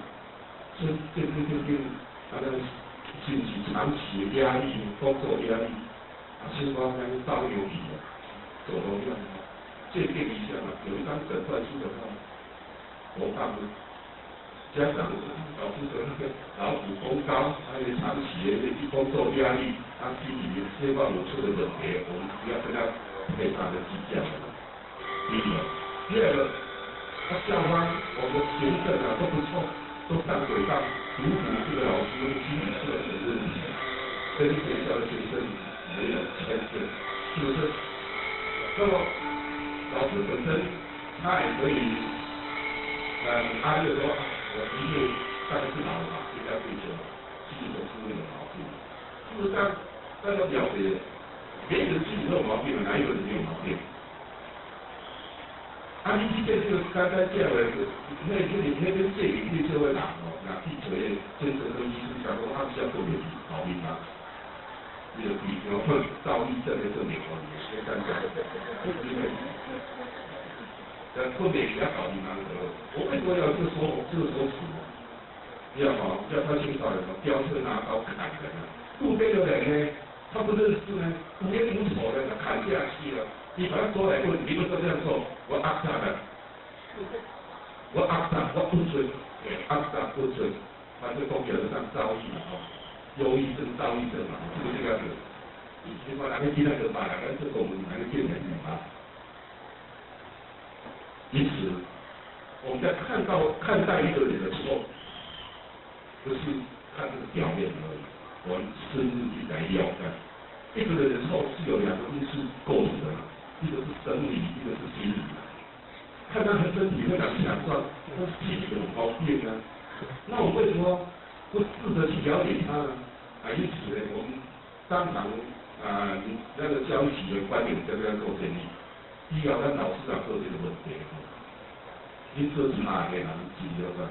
先去来，大家讲伊对，先去来鉴定看看，先鉴定看看啊，先让专家鉴定了之后，才来指责说他对或者不对，安全他客观，这是要比较客观的嘛，好，这是跟各位在谈的，这是校园治安事故的一个处理，那么。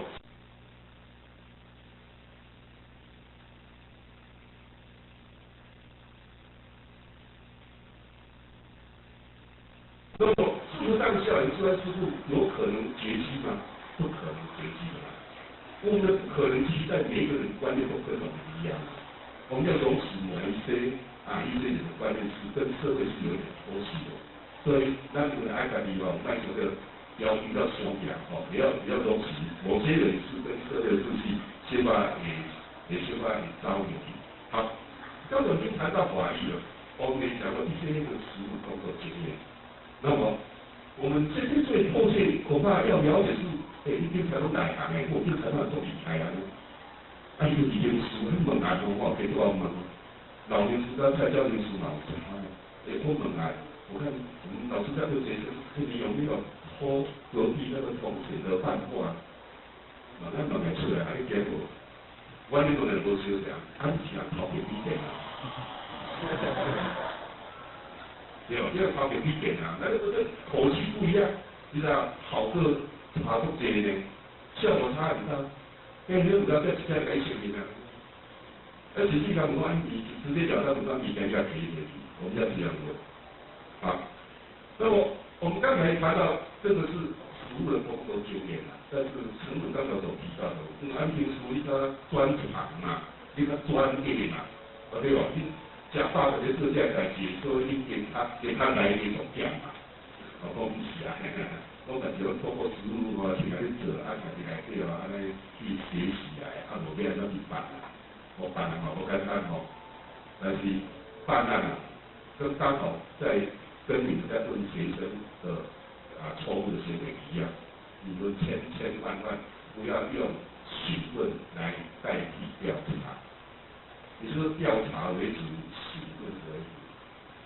你听到有误导错误行为，你要先问他的同学，家庭访问，综合了解了后，再来问。你问，你心中有条件有记，我跟你讲我有记，你就是你了解了，然后你再问，就比较不敢否认，而且效果会很好。千万不要坐在办公室话就来问，伊来听到你办公室的时阵。伊有嘢头壳讲谈过，他如果要掩饰，你按照去串讲，用到你研究说，你再来互你问，安尼你都唔是人问得出来，你得去调查才了解，把它挖出来，然后再来问，再重复一次，就是你千万不要用询问来代替调查，而是调查为主，询问为主，不然你来了解了后，再来问。刚才有提到说，警察为什么袂使找警察开话？我看警察嘛是有啦，警察是讲个是讲靠咧实施这个棍有当些恶作咧棍吼，你若看怎样叫犯罪者爱习性，所以人们讲人去挂牌罗马，其实不是这样子现在查案在针对这些非法的人，咱一定要发展这个那个野模式。现在我们比较看重的就是通联记录嘛，电话的通联记录。那么将来我们学校如果也面临到学生，比方说逃学、逃街这样都去找，或者搞过出来较好呢，我这里到是说是一个也找。我讲嘛，他讲尼找你家己找着就不讲找，你家己就本身家长老师你就安尼找免当就精彩。警察实际上这几万人嘛，他唔知影。刚刚你也他要逃家之前，他是在家嘛，要逃学之前是在学校，这个简单嘛。在课本里面嘛，要逃家之前，他是在家里面，对不对？在家里面，他就会动用到电话嘛。电话家己的，你去电视叫他调通联记录，看你大人开，不相干的人开，你主要这个就是逃家的人打的。逃家人打了，你去查可以查，看着你问就好啦。当然来查别人，就我甲你报过去啦现在是查，如果是讲骗人的电话这个就把它报过来。我这讲了一个观点，要讲给电话。就是电话拿起来嘛，把它拨通了，然后按井字号制造里面有噪音嘛，制造里面有噪音嘟嘟嘟有噪音，然后你就用台语来讲，我是电视用打不可，我是外口去抢超新线咯，那绝对5分钟了后就恢复正常。其他你就领导迄个电话用户的姓名，甲电视头的讲起，完全来电脑上面做了就乱。大家你讲，我市内交通嘛成功9分半，我直接报讲阿外国220，都嘛成功的。因为讲这电话电脑其实3秒这个是犯法，这不犯法。但是你像我们最近这个电话这个简讯诈欺或蛮严重，你家己管理这无名你说规定人都拢做有规模的，这个简讯诈欺。我进打去多时你都问拢袂了，骗太济人，不要说基于讲叫我一个叫你叫你知道，两只皮台只去咯，两只口比较太小，你个起来，因为他们现在在欺压当中嘛，那个好像政绩蛮充足的，哦，哎，我不去炒到你都要超过是吧？哦，但是解禁他说我去收掉呢，好多税几个可以4000块啊，啊，有啥物叫迄个啥物轿车呀，啊，有通知你叫啥物货啊，哇，就这个毛做起来就便宜。我觉得博士对博士学，对博士的要给700亿嘛，700亿嘛，结婚叫还好，看老爹他700亿，没有谁好的，谁来谁好好的，哇，甚至呢，啊，你博士过来拍出来哦，10年来底无好日子蛮过，但是今日条我蛮开心的，佮无钱呢，佮都这样子了对吧？这囡仔都乖啊，啊，连外表面条都超好的，啊，就囡仔你中着嘛，这就是给700亿。啊，嘛个年糕呢，年糕今年的环境大动啊，嘛就配300亿了。哎，知道吗？啊，有当这是我啊，这人在讲啊，那讲我们死啊，这人这年糕，那听那人在这里讲，啊你那个马那个高中老师呢，啊嘛叫便宜，啊我便宜，我讲你哪叫便宜？我讲哪我讲，啊所以啊，人哦，人啊一急啊，这个方寸都乱掉了。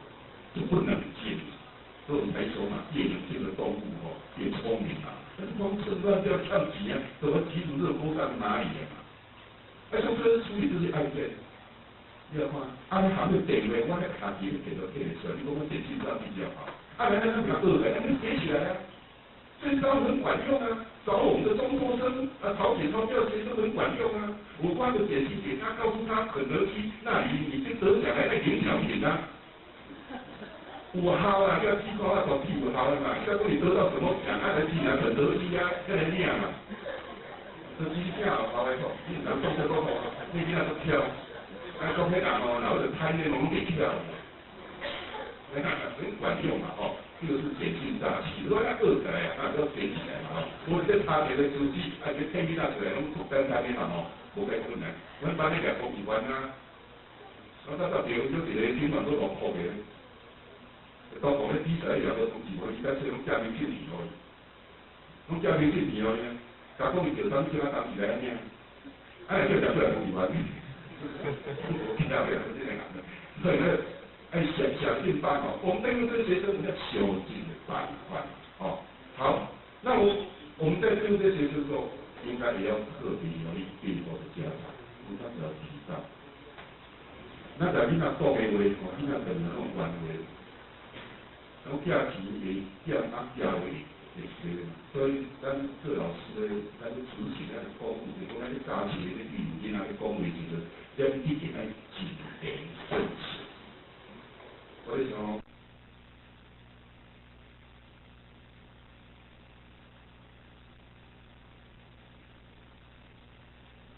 所以说，我大家理解国标对老师恐怕是不够小心。你讲伊婚礼中间讲叫伊来答应啊，应该不是的，他只是不够小心。为什么要小心？哇，这个事实上都修行比赛。我常常讲给减轻大师找那一些被害者来问题目啊，我是偌小心偌惊咧，一通电话开始命案的，你了解吗？你了解吗？一通电话开始命案。啊，我相信他答不同意，我是叫你查某的，有人家记得清楚。我要打电话通知来问伊落时阵，我偌惊的，我惊叫翁接着电话，来翁接着你看，我这个故事我当时这样咧用电信差这样借钱啊，啊用骗人，当骗偌钱，啊这条钱是借你创啥？借你创啥？真济外口大表书记唔敢讲，啊无伊来亏着钱。你看，这个太早会叫人不用来，不来啊，有问题啊。所以每一个代志背后问题拢复杂的，不是说讲咱无钱你要使人，你想这事情无要使。你看迄来按接到电话，我把电话拍啊，啊，平常时你都讲咧偌，拢偌好，拄偌好，啊哪家己偷偷去借钱都叫做骗，就是问题就闹大咯。所以我们这边有同仁啊，你要打一通电话的话，都要经过思考。电话现在来，你叫上，你打工上，因为你这个刺激出去会有不同的反应。对不对？刺激反应啊，一个刺激啊，会有不同的反应出来，所以要特别留意。咱要大囡仔讲话，爱特别小心，谨言慎行，要谨言慎行。我还是再次强调，你的职位如果保不住了，你连去教育孩子的机会都没有，对不对？你这里多无条，按你讲人，你该处罚，你该负责拢无意。所以你若做对的，有了了外人爱对的，家己爱注意，爱谨言慎行，爱遵守相关的法律的规定。尤其手讲你目睭千千万万别去出差错，你看不知道叫他狗屁，人都在踏进去，哇，真正有够老厉害。好，那我们刚才谈的是一些粗浅的法律的条文一些实务工作经验。那我们陈委刚才所讲的说，经常看到我们也是讲过讲的引经者多做一定是多错嘛，但是多错一定吸收很多的经验这才是可贵的好，那么我们如何来看出哪一些学生有哪一些不良的行为？按照一概的方法出来，我是感觉到我现在行的第二个查案，结果你两个做的呢。我咧附近，我讲伊会使来讲课我讲电视的事，我讲较济个到经验其实这是犯罪生活的辨识能力。不要忘掉，在座诸位，你们天天面对的都是人，你们都在做人的工作，人的教育工作，面对的都是人。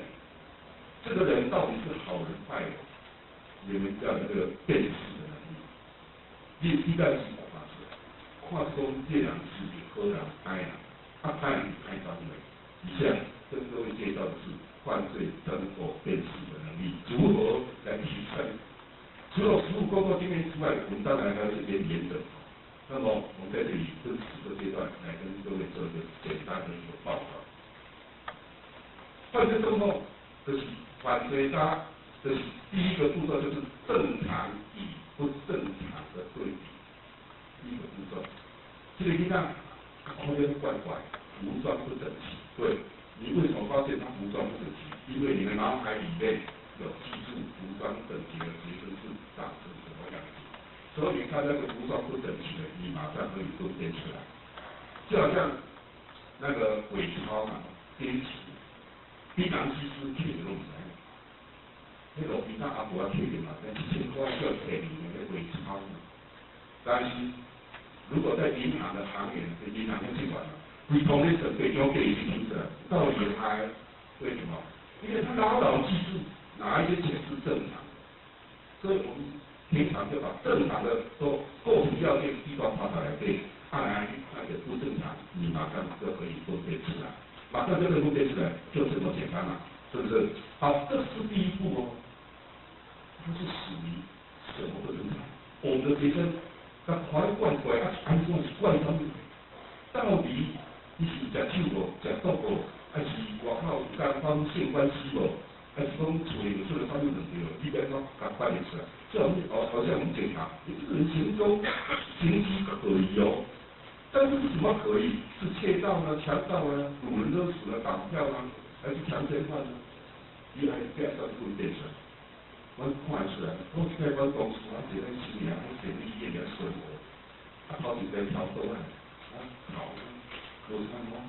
这样很多然后我跟同事我们公司开头说咖啡追，那个是训练，那同事讲你哪来厉害？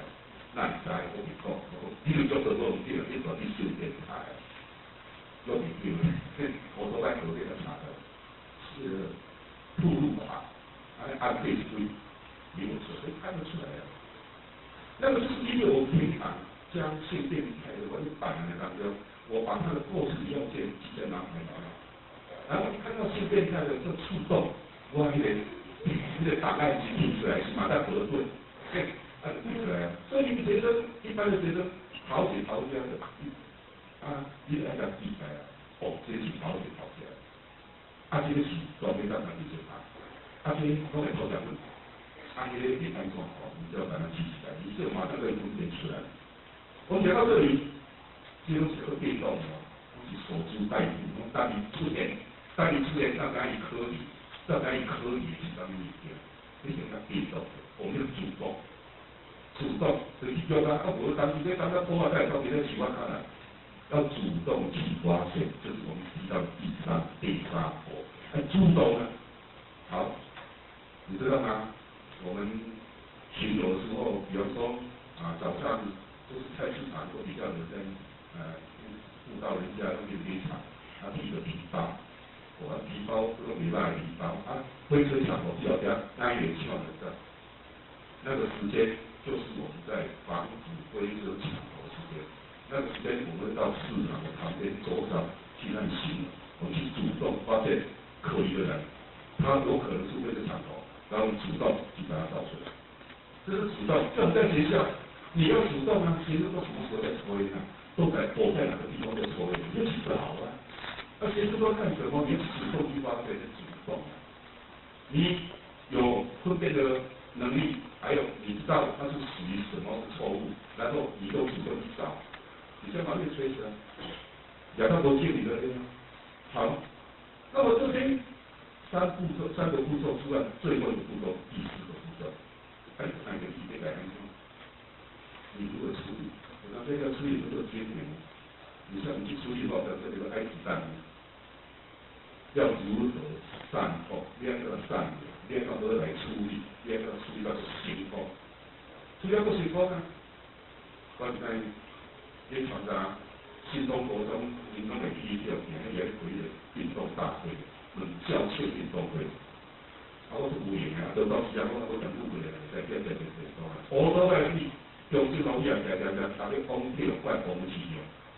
150的风车，以前我就看一群人，民众看伫你方面过，我直接按面积，你亚餐我的这个被修饰。我家属马力，看你超过。个人呢，那个邓丽华小儿科，具有遭受到蒙面歹徒该抢夺啊！甲跳海走，邓丽华医师有够勇敢的，连去啊，甲护士我打电话甲养猫养用，甲讲倒来地，伊都变个走，去甲讲，喐，我做看甲现场，当场逮捕，伊讲倒来地，我当场逮捕。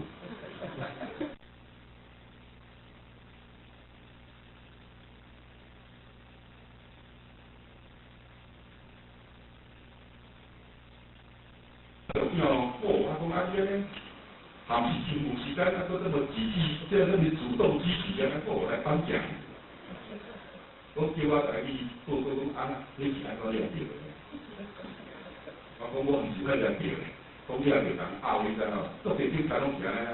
那记者查警察老写报告讲拢伊了掉的，杭州警府有分析，都是的，好笑哦，这毒死嘛吼，人了掉来讲拗那个检讨就是不对的。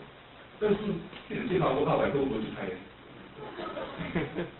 那个中间这条路200，反正民众他们不需要这个绩效，这个绩效看到把它捞起来，岌岌可危了，你知道吗？拗起来啊，但是200那个吃相又很难看，网络公益也有一个人士的东西，对不对？你讲一下，也说要一下的这些知识是你当场逮捕，但是事实上是。民众抓来交给警察，那边抓，我叫他这警察，我直接把他处理过，把他处理哪，讲这些正确的语言。我完全的不是我是当场逮捕，我是去完成逮捕的程序，对吧？完成逮捕的程序嘛，一个逮捕把它拆开来看，有民众抓的嘛，民众也有可能好几个人抓嘛，也有民众抓了交给某一个地点，地点再交给我们。这个逮捕2个字拆起来看很复杂，我是去完成的，因为我是最终去完成的嘛。那么我觉得，完成重要，不是完成这个游戏很重要啊，那不重要。你看邓丽华，他共车在地，你讲咱这个逮捕，咱不也有带回大家知道，逮捕几出音，距离不到50公尺的离奇啊，这以前还是他的客户啊，都替他求审的呀。你看那做第2千块好啦，你看无钱赔多少钱的，你话推外国嘛，我去放照片，你就报案的，人有的你从卡你从报案的，这个案是不是一个险案？重大刑案强盗嘛，强盗到医院里面去拿刀去抢掉就是强盗嘛，强盗结果呢人放走了，这立法意思把他放走了，安是以前啊，若无法在场呢，都可以放走，你的身份啊，甲旧的身份嘛，这他就变成钱了，说我去完成白领之事就是这么重要，这是就是钱呢。所以咧，厝边囡仔代志吼，你嘛唔通邀讲哦。你若邀讲我那些我甲再讲我这导师啊，我这当然我是师，我地方就平台，莫邀讲，中性语言就啊，我就去安怎啊，就配合上面去处理来。因为哪个代志，天底下这个代志哦，很多是意外的，我们要注意到哪里？案情的发展啊，完全来处理做，你都很难去意料得到，所以首先都不要把话讲死。靠一个转达的空间，非常透过我大家还有就是犯罪生活的辨识能力。好，那么犯罪生活辨识能力，咱搞出一过了，咱也跟各位谈一谈现在我们时下青少年都在犯哪些犯专门犯？我那边老师也特别留意一下。现在青少年犯罪排名第一位就是窃盗涉贪，窃盗里面就是以窃盗机车为主，好公开。所以那青少年很喜欢机车，很喜欢机车就会延伸很多的问题。所以未满18岁千万不要让他骑机车，因为如果未满18岁在外面犯法，骑车撞伤人的话，他的监护人也就是父母亲是要负担民事的赔偿的责任，这个还有我答对没？那么这个青少年都是窃盗为主，好像在民国80年那时候是西法的法律，那么现在是窃盗机车为主，再来就是性侵妨害风化罪，这个妨害性自主，那么妨害性自主这一个比较提到。大家一般的传统观念强奸有女性在里面都讲到什么强奸就是生殖器的一个结合但是事实上现在法律已经修改，用手指头用手嘛的，用笔嘛的，用关注笔嘛的，只要拿东西把它擦地都算。现在这个是妨害性质结账，都是公诉罪，只有配偶之间才是高诉罪。以往这些女性我们知道丈夫有时候都会出现跟家庭暴力合并的一种性侵害。当太太都好像说这也是他们没办什么法，其实现在配偶他不同意的话，可以上。不过什么都有当女人这个可以上，这个是妨害性自主，这是法律现在已经修法了。那我们要告诉我们的学生，也就是说，有一些青少年他是不敢，但是呢，那就有刚才提到的这些性的一个错误的观念或者这种行为，这是很容易去违反性自主。当然，如果犯罪者他是一个未满18岁的少年，只要他未满18岁，是两小无猜他有这种性行为的话，不是强盗，是性行为，那么这个是高诉罪，也是高诉罪。当然对方女生也是未满18岁的是两小无猜，这个是高诉罪。好，跟各位报告这些少年的相关的法律常识。那么我们都知道，一个孩子为什么会被犯？为什么？因为我们几乎都可以了解，是他来自一个不健全的家庭是不健全的家庭不吵之下胡乱到底很简单所以我们现在跟各位谈的是家庭暴力的问题，家庭暴力，就是因为家庭启动这个风波冲突不断造成孩子的性格异常，所以老师刚刚需要你这里能帮你。所以然后青少年问题就是发生在家庭，显现以学校，恶化以社会一般就这个样子所以家庭暴力如果这个家庭和谐的话，爱情很特别变差。所以我们在这里要特别来跟各位做一个家庭暴力的一个宣导，告诉同学，家庭暴力在民国87年6月24号开始立法实施以来，然后88年6月24号开始有保护令。那么整个家庭暴力防治法的主轴就是放在保护令的升级。从88年6月24号到现在，我们新民局到昨天一共受理的是364件杀大人的事件。我举个就是处理者，因为我是新民局的家庭暴力防治官。我就做个辅导人家打电话讲，我想要离婚，我安怎答问题是对咱唔知咩个处理问题，脾气分裂，我看了解，因为咱就要调做两个爱，互加听起来差不多，所以谈的OK。好，这是题外话，我们来谈家庭暴力防治法里面的重点就是保护令的升级，保护令两个事情。一般人的观念就是说，保护令就是保护被害者的，对。保护令事实上是在保护加害者，这是讲他的保护。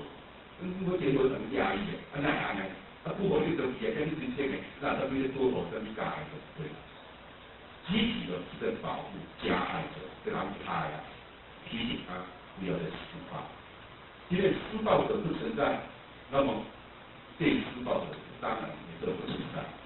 所以保护令是在提醒施暴者不能再动用暴力。好，这个暴力是指肢体的，还有心理坚决的层面。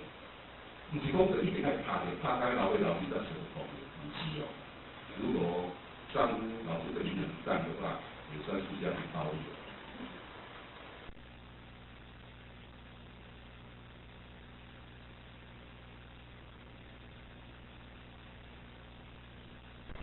当时丈夫你平常甲你引脑壳，讲的甲你刺激那个不是家庭暴力。那么至于保护令会保护哪些事项，那在这照4个来处理的。第一个，它会保护你不得再打他，你如果再打他，就是公诉罪，不得而检。大家看，保护令的那个他在胜献祭嘛。就是讲做事你耍，看你多唔爽，多唔爽。第一个就是保护你不得再打他；第二个保护你不得再骚扰他。比如讲你我离开嘴你就在这来骚扰，甚至打电话马上就杀。第三个，保护被害者居住、工作或者经常出入场所，而且是限定记。你讲有的规矩我不在提整个周末，你这个当当的这个周你就不能进去，不能提的触犯这个家庭暴力防治法。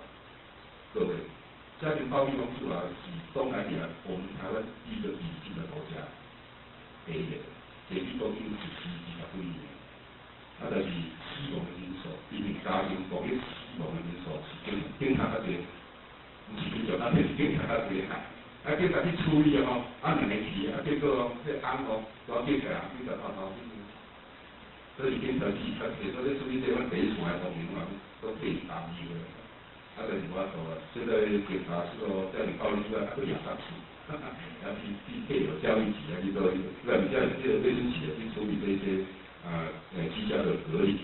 好，保护令还保护孩子要与我抚养，或者谁来抚养。还保护那个我以往所使用的汽机车这些工具属于我的，要拿来给我。还有保护把丈夫赶出去，赶出去，经常比如讲那告诉你把赶出去，或者说要不要出去？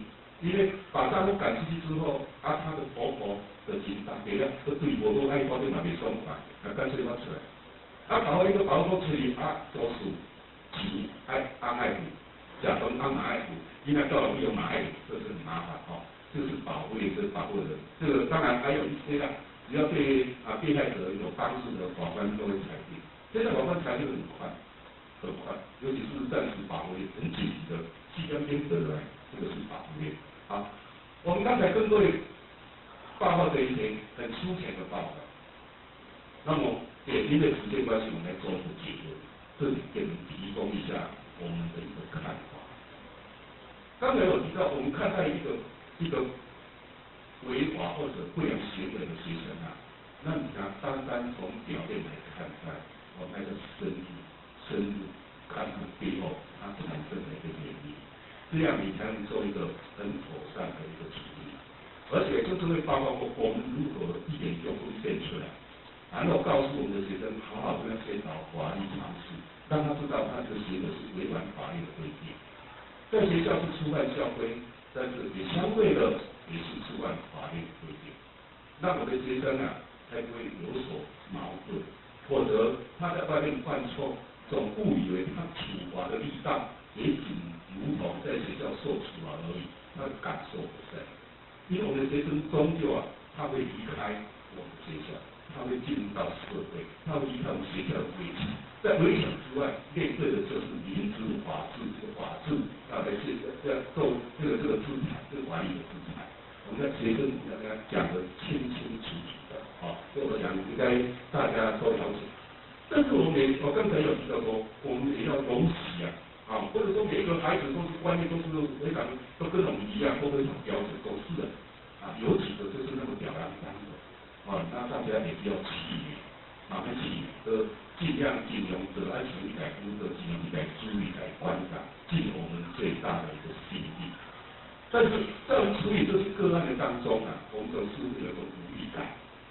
而且囡仔直接起价按料到偌济，我像讲训导主任当伊就去开店，只拢开不落地，开店都直接调价，囡仔安怎大地就体力分裂，这不就是你拢不要上那个。都是按从甲地调到乙地来签下的卖证期，都搞安尼。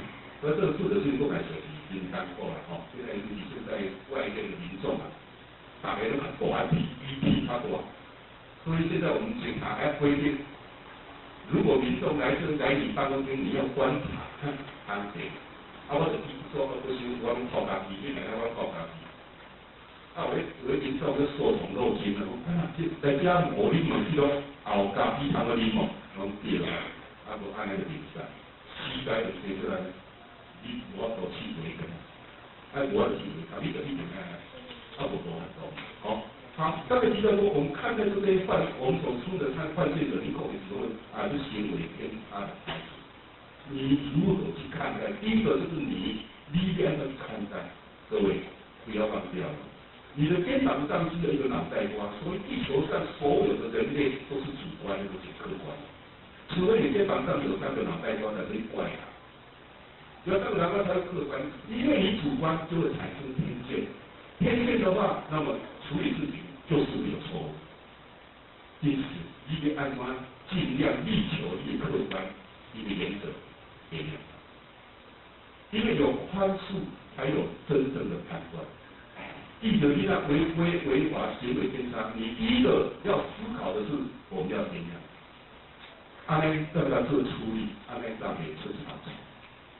另外，就是要特别留意的是，我们在处理孩子的问题，刚才有提到，只要有2个人以上，你务必要隔离，一个来，否则对孩子不但没有处理好，很容易构成恶度的伤害。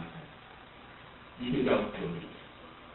那么我们有宽恕的心来处理孩子这些问题的话，我想孩子会比较乐于接受，而且没有反弹。那么我们今天跟各位报告这些，最主要的就是希望在我们当老师这个期间这一段对我们这个生涯让迈进出差池。很多事情都是发生在意外，怎么会这个样子？我讲那句话为什么会引起这么大的轩然大波，都是你意想不到。意外就是意料之外，那意料之内基本性法律的结果，往往就是意外。但是要预防意外就很简单，就好像我们在马路上行走，你要预防车祸，那你就靠右边走。然后该走行什么所在，行什么所在，当时该安怎做，就安怎做。安尼你就是去发现着意义。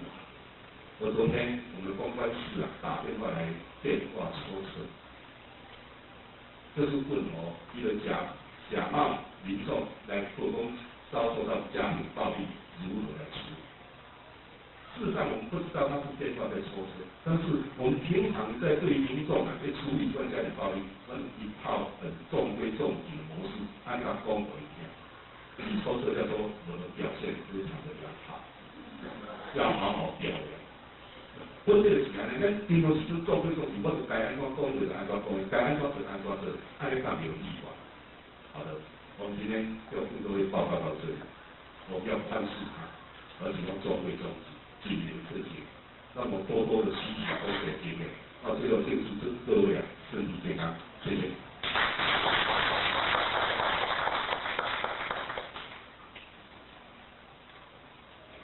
谢谢何小队长先进的演讲，那么教导我们如何保护自己，也达成教育的目的。我们在这一场掌声，谢谢何小队长。